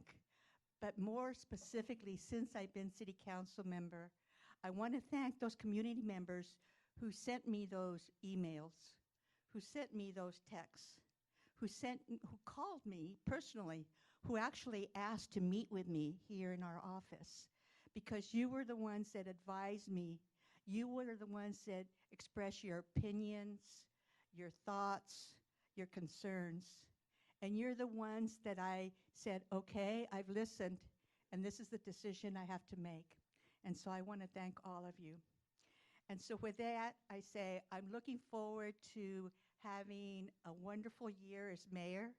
You may not know, I've already had 3 meetings with the city manager. And I've already said to him, I want this and this and this. And you know what? He said, yes.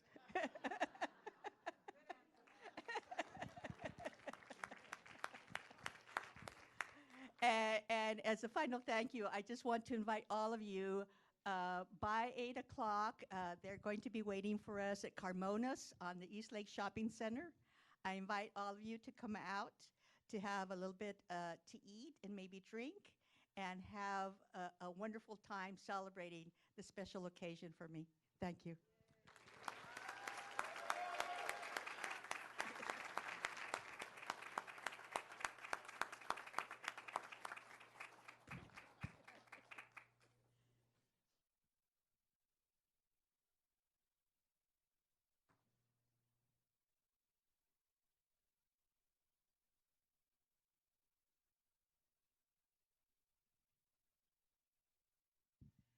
And so now we'll have comments from our Mayor Pro Tem. Yes, thank you, Mayor. I also want to congratulate our millennial mayor. I think that is a big change for our community here in terms of the next generation of leaders in this community. So thank you very much for doing such a wonderful job. And I know that you also have some big shoes to fill for our new mayor here, for Rebecca Garcia. And I just want to, this is my 11th year in terms of this community, representing you as either a commission or as a council member. So I have a few, I won't take too much of your time. I could tell you that it'll be short. I just wanted to tell you that coming in, I was part of this great recession. We're talking about the 08 era, that kind of thing coming in. There were furloughs, there were layoffs. Our budget was about $105 million. That was about the 2009-2010 era. Our current budget is almost 50% higher as a result of the recovery of this recession. Our jobs have come back. Our unemployment rate at the time of this recession, when I was just getting started here, was about 25.9%.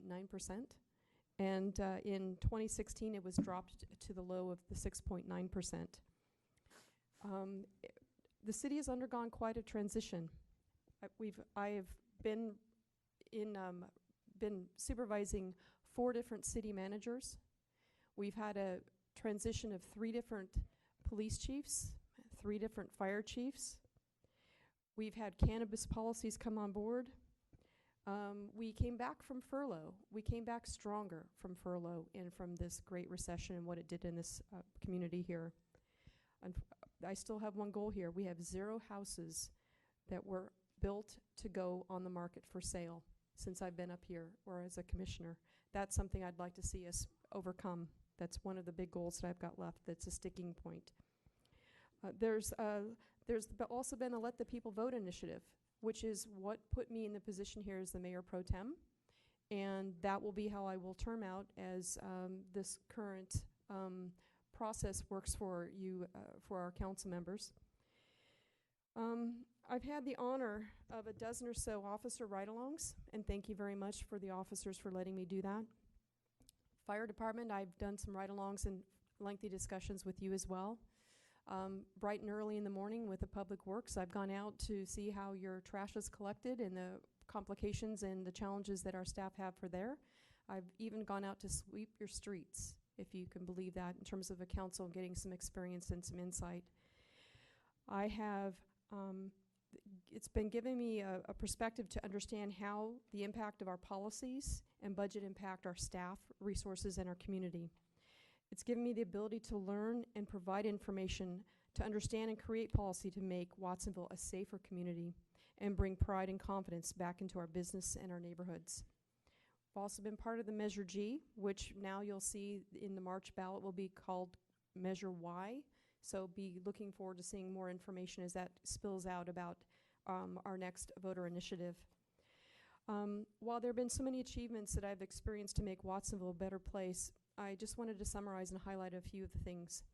The first one being, I've been on the ground floor of our electricity generating procurement, which is a Monterey Bay Community Power.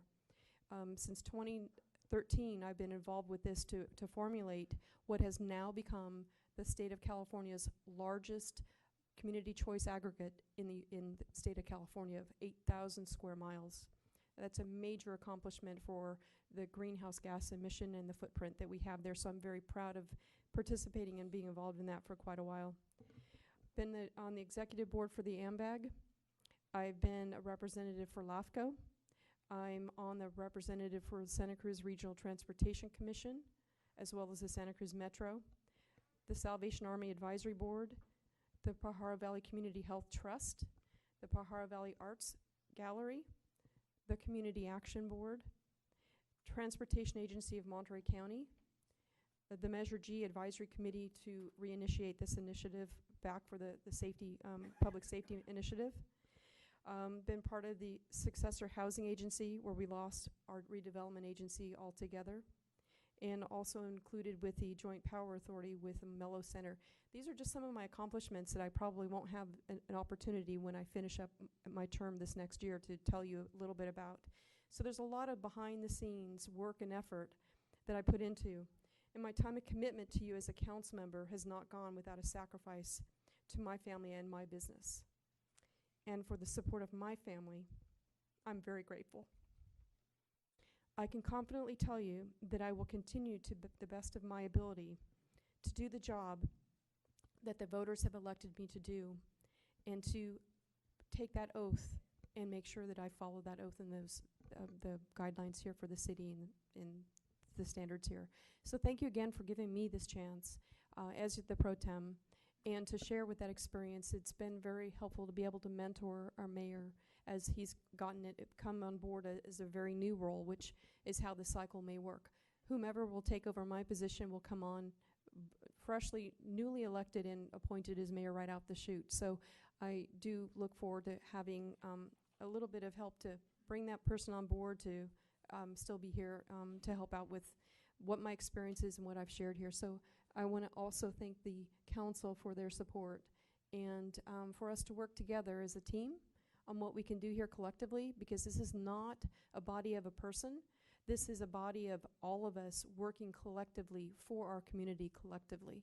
So it's been my pleasure to serve that, and thank you again. Thank you, Mayor Pro Tem. This is this time is set aside for members of the general public to address the council on any item not on the council agenda, which is within the subject matter jurisdiction of City Council. No action or discussion shall be taken on any item presented, except that any council member may respond to statements made or questions asked relating to the council. All speakers are asked to fill out a blue card and leave it at the table designated near the podium, so the podium, and announce their name and address in order to obtain an accurate record for the minutes. I like the inference for keeping the California and U.S. Constitution.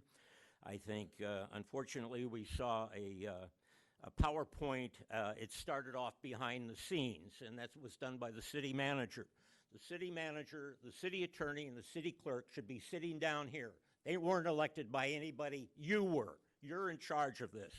I believe you're under full sedition that you're doing an overcoup of self-government. You have been transferring power to AMBAG, which we've just heard Trina Gomez talk about. You have never seen on community TV a meeting of AMBAG. They just voted the head of Santa Cruz, AMBAG, Bruce McPherson. He received tens of thousands of dollars from the communist red Chinese. Mr. Hernandez was sitting there. He got the full information about this communist, and he voted for him. A COG, AMBAG is a COG, a Council of Governments. It's no more than a Soviet. This is an illegal globalist coup formed, and they have contracts, and probably the city manager has contracts with ICLEI, which is a front for the United Nations and the World Bank that destroys self-government. These people shouldn't be sitting up there. You should have the authority. You shouldn't be crying when you leave the mayor's position or joining the mayor's position. You have a duty to defend individual rights, and all we heard was the greater good. Bull. The only way you protect people from the smallest level to the highest is individual rights. Stop that socialist crap. I appreciate the people that attended, the academics that was presented by the city manager and his assistants. But I dare them to have a meeting with me, and we'll go through what's going on up here and how you're destroying city governments and moving it to COGS and creating a North American Union. And you know it from the California League of Cities, which is anti-American. They're trying to form a North American Union just like you are.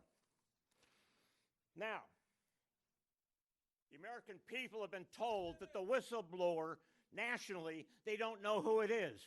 But here we have the whistleblower that's behind all the investigations with Hillary Clinton, Schumer, Pelosi, Elizabeth Warren. That's the person that if it goes on Twitter, Facebook, YouTube, gets destroyed. It's bull. If you're smart enough, you can get around the censorship of which you're part of, the Pajaronian and the Santa Cruz Sentinel, the San Jose Mercury, and the Monterey Herald, which was bought using foundation money from Bill Gates, who's a globalist who hates America and is pushing a North American Union like a European Union.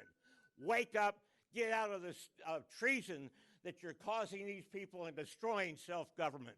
You're responsible. Stop it now. Get those people off the Diaz here. We elected Thank you. you very Put much. them down here. They're your employees. Thank you very much for your You're words. our employees. Okay. Next person, please. And just for everybody's information, every person that comes to speak to us has 3 minutes, and they are timed. Good evening.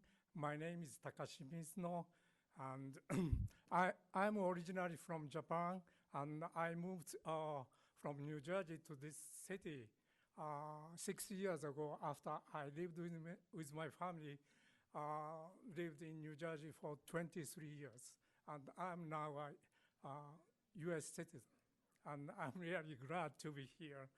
And I'm here tonight to say thank you very much to former Mayor Estrada for listening to us, for understanding our concerns and taking actions.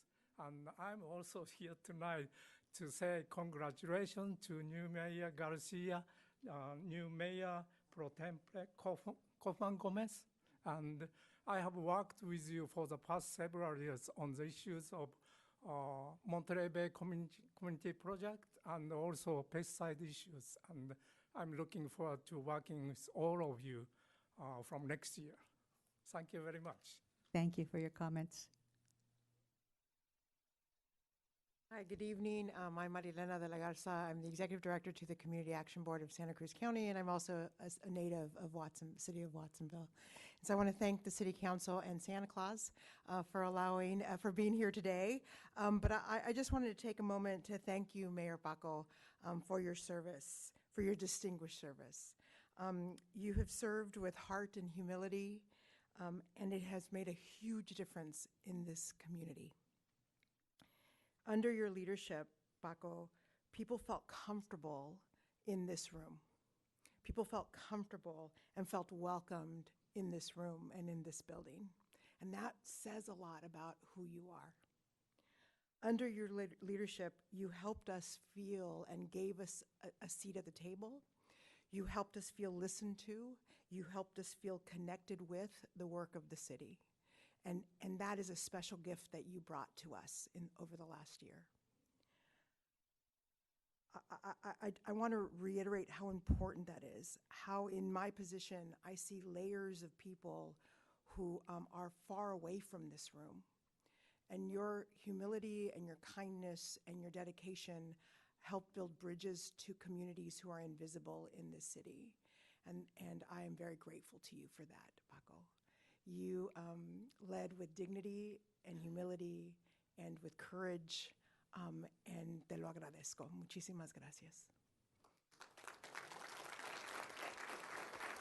And Mayor Garcia and Mayor Pro Tem Kaufman Gomez, I want to congratulate you both and to say that we are here to be of service. We're here to support your leadership. We're here to give you ideas and thoughts and solutions and questions.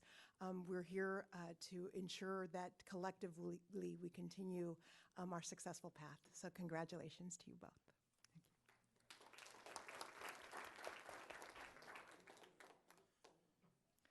Thank you and good evening. My name is Becky Steinbrunner. I live in Aptos, and I am honored to be here tonight to see this change of the Guard and to hear the community thank you and honor you. And I will second that I feel very welcome here and very at ease. Thank you. And to that end, I want to let you know that I am running for 2nd District County Supervisor, which will be part of your district, some of you. And I would welcome any opportunity to work with you if I'm elected, and would continue to work with you even if I'm not, because this is very nice. I have been attending some meetings, and I'm sure you're all very well connected, but last Monday there was a special meeting of the County Board of Supervisors with the legislative delegation, and I was so happy to hear from Congressman Panetta that it looks like there is action finally moving forward with the Army Corps of Engineers to get you some funding for the Pajaro River levee. That's good news, and a lot of it is in due part to the good work of County Public Works, Mark Strudley, and his excellent work that really caught the attention of the Army Corps of Engineers. So we have good people here in this county.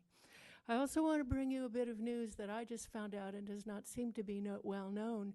Those of you who serve on the RTC probably know, but in February, there will be a pilot program passenger train on the rail corridor.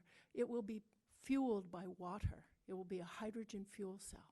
So it will be quiet, it will be clean, and it will be amazing, I think, for us to test out what we can do on our rail corridor and perhaps connect our county from end to end and really provide a good transportation service that we very much need. Thank you very much, and congratulations to all of you. Thank you.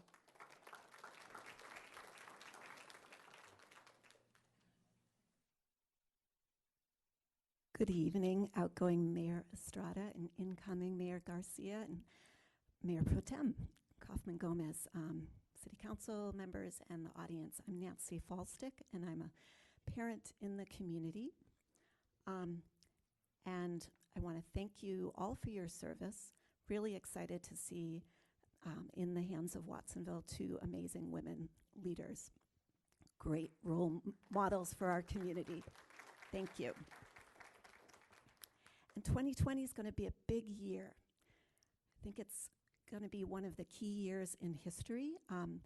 This can be the year that we really get serious about stopping global warming, and that would be really good to do because, you know, tonight we've seen such a life-affirming celebration here of leadership, and I, for one, really want to see life continue. I want to keep affirming the goodness and the possibility of all of our lives. And the path that we're on is not looking too great for that. So, speaking of what you can do, there is a development on Main Street with a proposal for adding 2 more drive-ins to Watsonville, drive-through businesses. That's about the last thing that we need in terms of protecting the health and well-being of our community. So really want to encourage you to think about all the decisions that you make them be life-affirming decisions. Don't make decisions that are going to bring more premature death. Lots of people are going to die prematurely because of runaway global warming, but we can make a big difference and prevent some premature deaths. Thank you so much.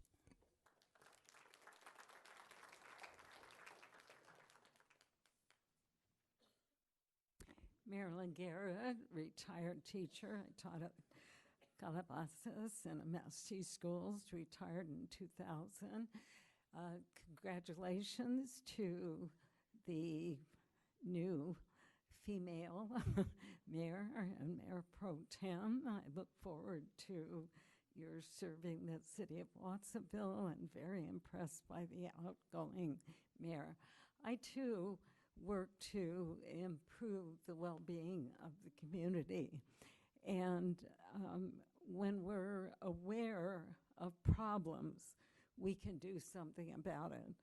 One of the huge problems we have is the wireless microwave technology dangers, and you can look this up. Some of the sources you've been provided with much literature over the years. Barry Trower is an excellent source. Dr. Magda Havas, StopSmartMeters.org. As I look at these students, I always, and when I taught, I always prioritize providing a safe and healthy learning and working and living environment. And I have some evidence here of the dangers of Wi-Fi and article convenience or health hazard. And there's an illustration here of rat brains that have been some exposed to wireless microwave radiation and some not. There are holes in the ones exposed. There are students who did a wonderful experiment with watercress seeds. They wanted to see what would happen if they put some by a Wi-Fi router. And when I taught, we didn't have this Wi-Fi radiation in the schools. I think it shouldn't be there. The ones by the Wi-Fi router that were pulsing microwave radiation, those seeds didn't grow at all. The ones far away did. A friend of mine in Santa Cruz did the same experiment. He took the 2 jars to the board of supervisors and he explained about the experiment and called on the supervisors to make decisions that were not exposing people to this wireless microwave radiation. Another experiment has to do with, and people come up to me later, or I'll show you these, blood cell abnormalities just from having a cell phone on you or near you. And it shows the blood cells before, and they're circular and floating around, and after exposure they're clumped up, and some have spiky formation.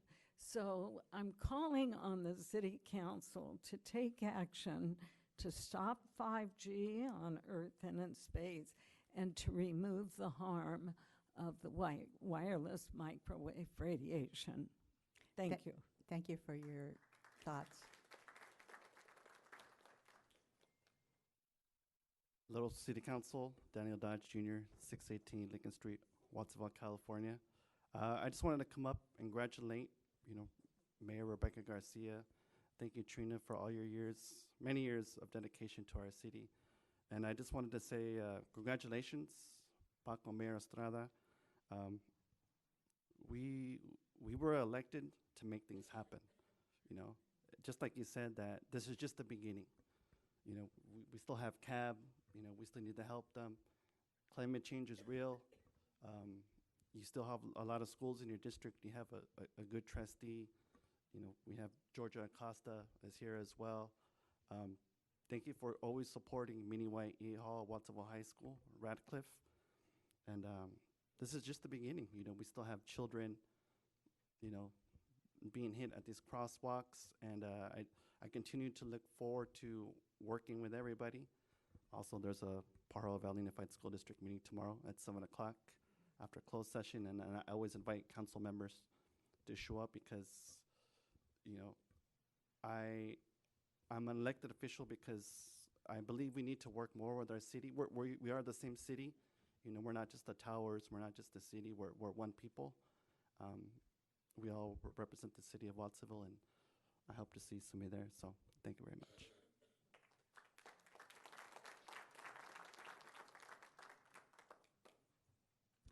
Good evening. Kathleen Kilpatrick, retired school nurse, member of Safe Ag, Safe Schools, but I'm not here about pesticides tonight. I do want to say congratulations to the new mayor and Mayor Pro Tem, and thanks to the old one, although I'm not sure that's the right terminology. And I'm here because Paco asked me to come to talk about something that's coming up in January, that same drive-through that Nancy mentioned. And I know there are the issues of the quality of the food, of garbage.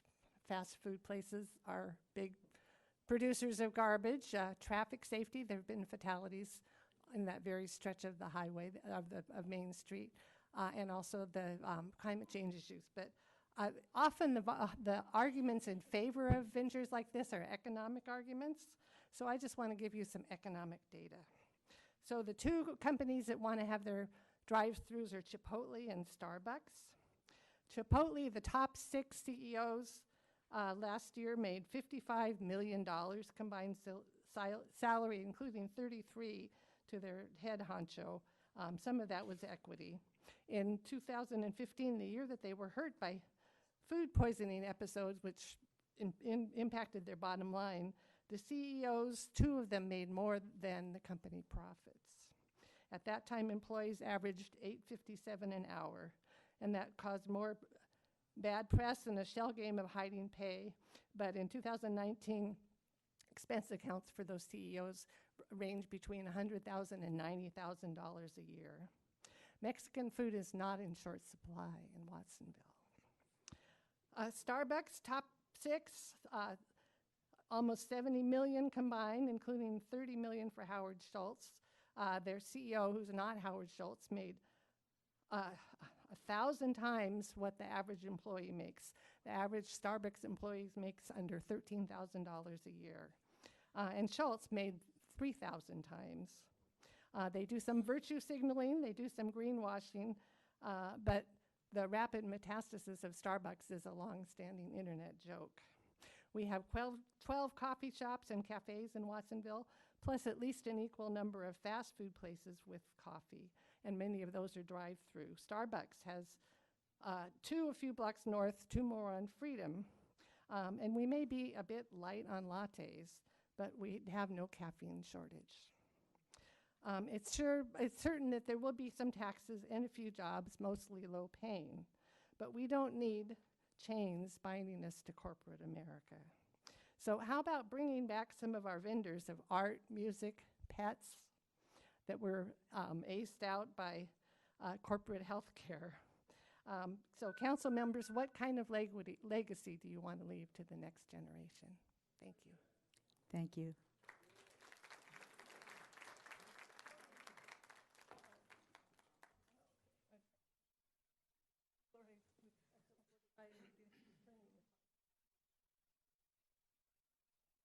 Mayor. My name is Josie Lopez. I haven't been a resident of Watsonville Santa Cruz County for 30 plus years. I don't want to say my age. But anyway, I was living in Santa Cruz for about 20 years, and I've been back in Watsonville about 2 years now. So first, I want to say thank you, Mayor Estrada, for your work. I, recently came back, but I saw you in some events and your work, and and that is great. Thank you for your service, and welcome, new Mayor Garcia. And I hope that that you can make the better decisions, or not better, not comparison, but better for Watsonville in the future. I'm concerned as as a citizen about PG&E wanted to buy some land here. As we know, they take no ownership. They don't pass the savings to customers. They have deep pockets, and if they go bankrupt or whatever, I mean, we're still gonna pay for it. I don't think they deserve our Watsonville to be bought. And to echo the lady before me, also all the corporate companies, entities that are trying to get into this little town. Let's keep it how it is. Watsonville has been great. You guys and previous mayors had done a great job at making improvements. I mean, I see the street. I mean, this building. I remember this was across the street, and the library, where it was. Anyway, but my point is, like, let's not start selling. Let's not start doing things for Watsonville that will make it into almost similar to a North Santa Cruz County way. That yes, Starbucks in every corner, in making it a little bit more cosmopolitan to make it even harder, for local people to stay here because the housing is just outrageous everywhere. But Watsonville was at least one place that was safe or safe from that, and not anymore. And making these changes, like the Togos right down the street, it's attracting. I know what's happening. It's attracting the the people from the Silicon Valley, probably from over the hill, Morgan Hill, in North Santa Cruz. That there's just not enough housing. But let's not sacrifice the Watsonville that I've known and that I would like, and hopefully all of us, for the big bucks like those people, including PG&E. They don't deserve our area here. And just to close, I just want to say thank you for allowing the citizens to speak out, as the freedom of speech as it is in the Bill of Rights. I appreciate that. And anyways, so please just do the best for Watsonville. Thank you.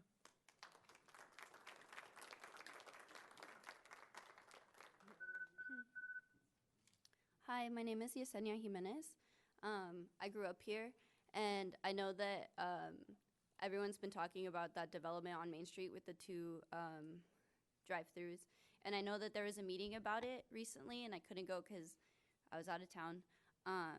But I just wanted to bring up that area should be changed. If you guys, I don't know if it's too late for it. It probably is. I know that things take a while. I learned it. But I would like for you guys to look for future opportunities to change areas that are zoned as like commercial or like for businesses and stuff into mixed zoning. One way that cities become more green is if there is mixed zoning, if commercial and like there's no reason, especially like I always think about it when I look at the houses behind Target. It's just like houses, and like it's just like you have to drive in and out of there. Like you guys have to mix up areas, and I would like to see us grow vertically. That because like I mean we have limits on how big the city can grow outwards, and like growth is inevitable. Like anyone who thinks that like we can keep this as a small town, I would love to, because I've grown up here and that's the way I've known it. But people are gonna keep coming, and if we don't build up, we're gonna get pushed out. My rent has gone up a lot in the past like 3 years. Like our landlord died, they sold the house. It's been a mess. And so I would like to see my family be able to stay here. And if you guys change the zoning into mixed zoning, we would see a lot more mixture. There would be people that would walk more. And yeah, that's pretty much all I had to say. Also, oh wait, one more thing. I work with kids at Watsonville at PV High working on like recycling and stuff. And I know this is more of a school district thing, and they don't want to, they wanted the janitors to start doing recycling, but they didn't want to pay them extra to do so. So now I'm working with kids to kind of improve the recycling at schools, and it's easier at PV than Watsonville. But it's sad to see that, like, as a system, that it's up to the kids to do this because the schools don't want to pay the janitors extra to do an extra job, or they're short on people. So if there's any way to find money to like get another janitor or get someone who's like specifically working on recycling, that would be better. I know that the recycling system itself, it's broken. But yeah, those are my concerns, and thank you for listening. Thank you for your comments. Good evening, City Council. My name is Maria Cadenas. I'm the Executive Director of Santa Cruz Community Ventures and candidate for State Senate. But I really want to make comments as Maria Cadenas. Thank you. I feel like I've been crying all day with Ellen Timberlake retiring from the county and then coming here. But it's such amazing people that are serving our community. Thank you so much. Because it takes not only the diligence and the time to be here, but the heart and care to put people first. So I am extremely grateful. Paco, I remember when I first met you. You were working at Sueños, and we were just starting to figure out what we could do for the youth in Watsonville. And now I'm crying like you were crying, and that's not so good for TV, but I just want to say that it takes time to make policy and put people first, but to have representatives who are focusing on the well-being of where we can go as a community means so much. I know that we wouldn't be able to do Semillitas, the program to give scholarships for all the newborns in Watsonville, without the openness of conversation and the fortitude to dream big, to do something for everybody else. It was one of the first conversations as mayor that I had with you. And Rebecca, you've been a partner in conversations that were around predatory lending, where we focus on what are we trying to do here for our community, what can we do better? And it was conversations with you that led to conversations with Trina and Matt, and all of those are journeys about putting people first and finding ways to create economies and local businesses that really lift up Watsonville, because Watsonville is already lifted up. It is one of the most amazing communities I had the privilege of being part of. We have so much strength in history. You walk and you feel that you are in Watsonville, not another small city anywhere else. That is a treasure.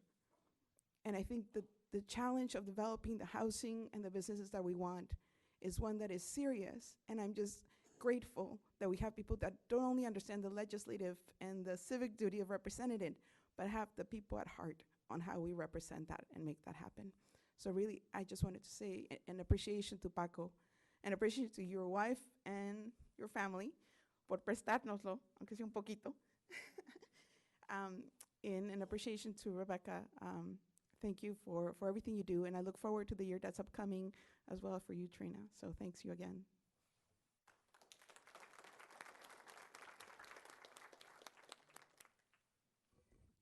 Steve Trujillo, Pajaro Village. I'm thinking, a wonderful event when Jimmy Dutra introduced me at a fundraiser in Jalisco to my dear friend, Paco Estrada. And Paco, I want to tell you, the reason why you cry is because you have this huge reservoir of love within your heart. And the tears that come out are expressions of love for all of us.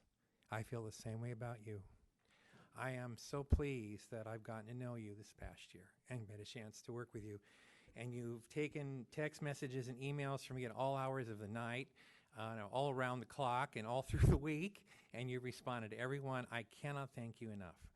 Rebecca, we met as members of Ticaleo, and I remember that so well, and I am so thrilled that you are our mayor for the next year. I'm so happy for you.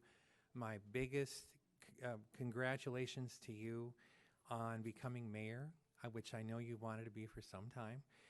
And Trina, even though I don't know you as well, I really appreciate your words this evening. I know you put forth 11 years of dedicated service to the city, and I can't thank you enough. I too have sent you email messages and you responded, and you've been a soldier of good works for the city. And again, I thank you so much for doing so. And in regards to what the first speaker at the podium said, there is someone who we can reward Thursday night next week at 5:30 and make a great big stocking. And we're going to stuff a great big piece of coal in it, and it's going to say impeachment. It'll be the Donald Trump Impeach Rally next Thursday night at 5:30 in the Watsonville Plaza. And I invite all of you to be there. It's being sponsored by Move On. And it's going to be a wonderful sending away present for that orange troll in the White House. Thank you.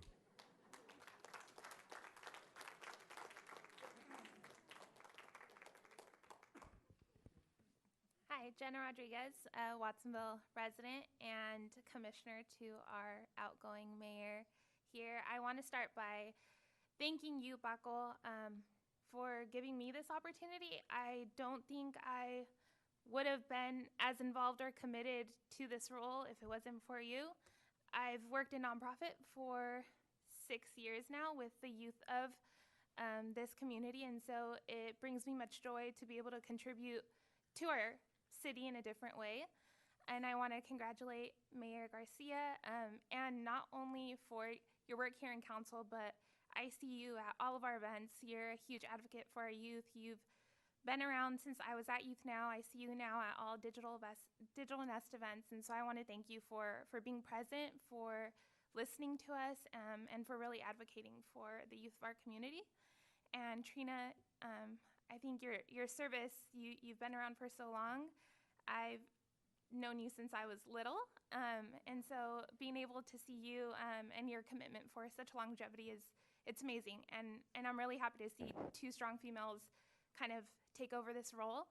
I do want to just, bring up, as we look to 2020, the hope of somehow dealing with these drive-through issues. I know a lot of our community members are not only concerned about the environment and the health or the garbage that's coming, but the safety of our residents and our families and our youth. So hopefully we can work together to bring something come January 2020 on these drive-thrus and these corporations that are coming into our community. So thank you.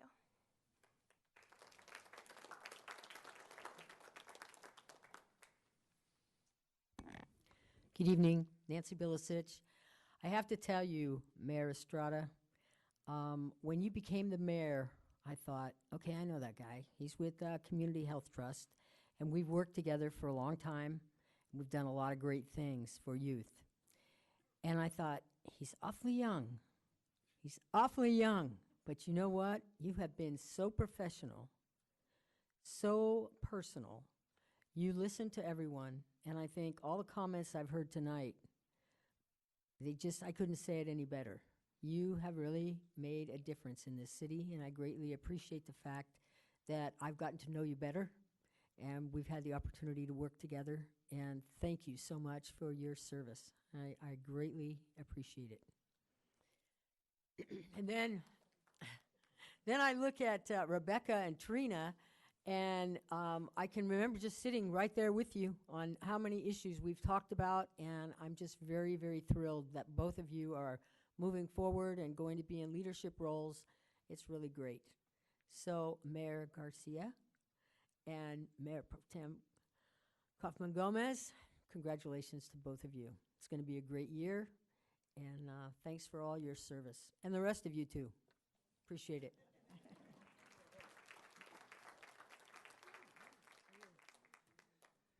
Hello, everybody, council. My name is Jimmy Dutra. I live in the city of Watsonville. I wanted to say, wait, is the year over with? I mean, I feel like you were just like campaigning last week. But congratulations. You did a lot during the year. You learned probably a lot, I'm sure, as well. You learned what a general plan can hold you back to do, and you learn things that a lot of times the community doesn't get to learn. So it's great to have young people. Even though we have a very youthful Rebecca Garcia coming up next, I'm sure she's going to be great in this role as mayor. I'm very proud of you, Rebecca. But thank you, Mayor Estrada. You did a great job, and we look forward to your leadership for the next 3 years on council. My friend, Rebecca Garcia, mayor. I guess it's appropriate to call you mayor now.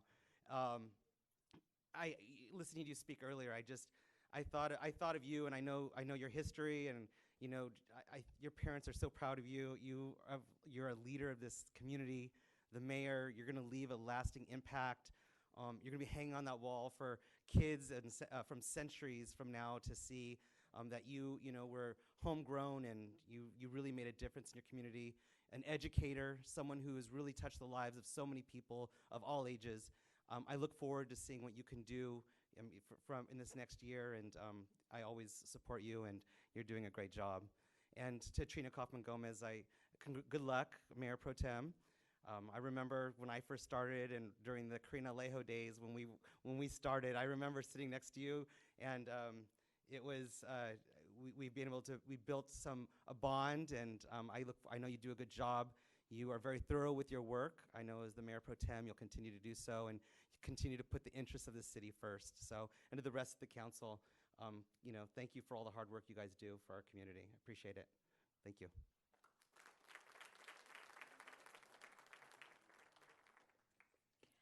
Are there any other members of the community that would like to speak to the council? Seeing none, I just want to respond to the speaker that spoke about PG&E and wanting to inform all of you that I am one of over 50 mayors that are joining the mayor of Santa Cruz in terms of requesting many stakeholders throughout California during the PG&E bankruptcy to make it a more responsible and responsive utility by actually taking it away from them and making it a community-based utilities. So it's just starting, and hopefully we will accomplish that.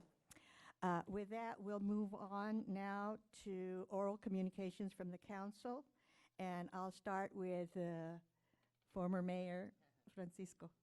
Thank you, Mayor. I just have one announcement. Watsonville Wetlands and Community Parks and Services will be doing a beautification project over at Loma Vista. It'll be from 9 a.m. to noon. If you're looking to do some manual labor, get a little dirty, we would love to have you there. We invite the entire community to come out. Again, this Saturday, Watsonville Wetlands, the Community Parks and Services, 9 to 12 on Loma Vista and Ohlone Parkway. So we'll see you there. Thank you, Mayor. Okay. Thank you, Mayor. I do want to go back about the train demonstration. The city of Watsonville will have the train demonstration, and it will be in February, but it will just be a look at it for here. However, it will be put on the tracks, and it will be ridden, and there will be an invitation and more information that comes along, and that's between, I think, Capitola and Santa Cruz, somewhere in that pocket, that you can actually experience the ride on this and take it both directions and get a feel for an option that could be put into that particular corridor. So look for more details and information. And our former mayor, Bilicic, may want to remind folks, and I'll do so on her behalf, that there is a Zone 7 meeting that will be held Friday the 13th here at 1 o'clock. And this is a discussion about this levy. We will also have Congressman Jimmy Panetta that will be in attendance, so we will be able to get the latest federal update on what we're doing about the levy and the Zone 7 this Friday. So I'm looking forward to being able to attend. The more community members that we can have to attend would be better, and it's going to be in the room next door here, the community room. So the more people from our community that show the interest in this, the easier it is for us to push that envelope forward for getting action from the federal government taken. Thank you. Okay. Felipe?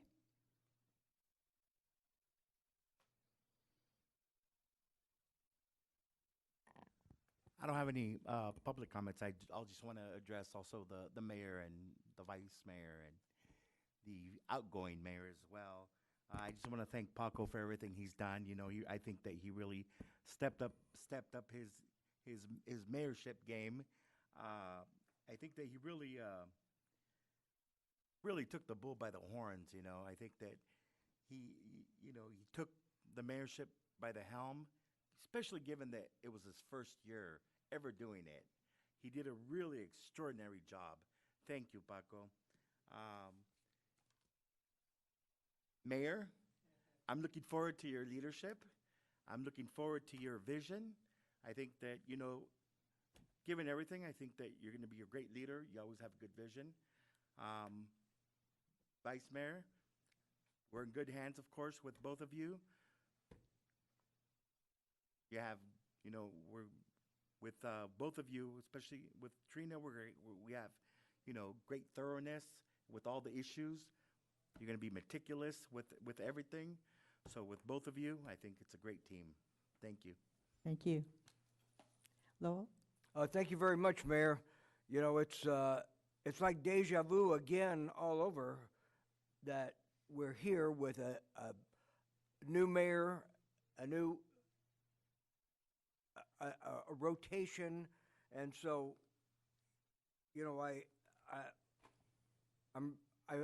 want to congratulate all three of you, and Paco, thank you for your steadfastness throughout this year. I was a little concerned at first because of your maybe what someone would call inexperience. First time being elected, right off the bat being mayor. Having done it 3 times before, I was, pretty worried every time that I was mayor that we were going to have a disaster or some horrendous issue that was going to have to be dealt with. But you really exceeded everybody's expectations. And so when I see those tears, I thought they were tears of joy because it's such a tough and hard job. But there'll become a day when Amanda will say to you, hey, don't you have an office to go to? Don't you have a meeting? Can't you get out of the house? This is my 18th year on the council. And, it's unbelievable to me that I could hang out and do that kind of work this long. 3 times as mayor.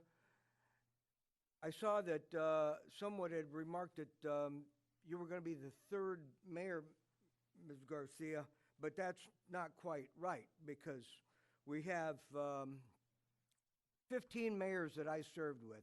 I had to go out and count them on the wall, and I suggest everybody else take a look on the wall too, because there's a lot of history there, and sometimes history repeats itself, and sometimes it is a good repeat, and other times you can do better. But Buddy Murphy was the first female mayor, followed by Ann Soldo that I got to serve with. I got to work right next to Ann Soldo. I'm sorry, Ann Soldo was the first mayor. Betty Murphy was the second female mayor, and she's the one I served with. But I also got to serve with Betty Bobeda. And how about Karina Cervantes? Now, that was an outstanding mayor as well. And Nancy Bilicic, is she still here? Thank you, Nancy. And let's see. Well, you're next. You're number 6 in the female lineup. But I just wanted to go through some of the mayors very quickly that I did get a chance to serve with. Betty Murphy, Todd McFerrin, Oscar Rios, Tony Campos, Al Alcala, Dennis Osmer, Betty Bobeda, Daniel Dodge, Eduardo Montesino, Karina Cervantes, Nancy Bilicic, Felipe Hernandez, Oscar Rios again, and Francisco Estrada. So quite a lineup there. Thank you. Trina, thank you very much for your willingness to hang out and serve too. Thank you. And I think the speaker left out one word, which she was attempting to say, that in the 151-year history of Watsonville, I am the only 3rd Latina mayor. Congratulations. Congratulations. Ari? Thank you, Mayor. There's some great, wonderful things happening in this holiday season, and And I'm not going to mention this. I am going to talk about the two strong, amazing women who are leaders now for our city, and measures HI&J, let the people vote, because that I think is very important to where we are now as in Watsonville. We passed those to choose the mayor, and rotate it so that all parts of Watsonville would be represented. We fill the vacancies of city council through an election process rather than an appointee process, and we name public places by the mere fact that the people will vote. And that's where I think the strength of Watsonville always is. It's in the strength of its people. And I believe that Measures HI&J rose to the occasion so amazingly well because they look to the people. And that's why the Watsonville Academy is so very important. And I just believe so strongly that I've only served with one mayor, and that would be Francisco Paco Estrada. And I was very proud of him. He had the option based on HI&J to defer for a year and get his, feet on the ground, and he chose not to. He has done an amazing job. And I want to clap for you and hug you too at the same time. But I just want to say I'm looking forward to what Watsonville, the people of Watsonville, have to say, our leadership, and I'm just so darn proud of both of you. Thank you very much. Thank you. You may have heard this from me before, but as I mature, my memory doesn't work as well as it used to. And so one of the roles of the mayor is to give a lot of speeches. And so I earlier gave a welcoming speech or a thank you speech. And of course, I forgot to mention something. So now I have the opportunity to share with you what it was I wanted to include. And that is, as mayor, you heard me say that I've met with the city manager 3 times already. I had 2 full pages worth of list of what I want or what my expectations are as mayor. And one of them that I shared with him was my goals. And my goals are these. There's many, many, many issues that need to be addressed to make Watsonville a more wonderful, beautiful place to live. But I have selected 4 areas that I'd like to focus. The first is health in all policy. Now, we need to understand that health is more than being free from illness or disease. Health is included in almost everything that we do in life, in housing, in transportation, in water, in business. So health in all policy is one of the areas that I want to focus on. And to narrow it down, I want to focus on childhood poverty. In Santa Cruz County, over 26% of our children under the age of 18 live in poverty. I've asked for the data, have not received it yet, but I would suspect in Watsonville that rate is even higher. The second area I want to focus on, as I talk to many, many community members, it's the area of housing. So I will continue our journey in terms of being able to provide more safe and affordable housing for our renters specifically. Thirdly, has to do with the arts. We have many, many talented artists in Watsonville. However, many of them are feeling that Watsonville does not support them, although many of us think we do. So I'm going to attempt to do whatever we can to make sure that our artists are supported.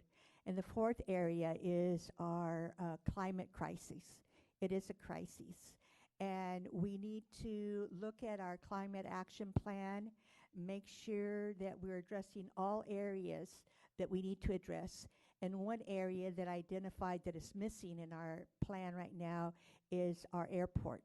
So our airport is going to be now included in our climate action plan.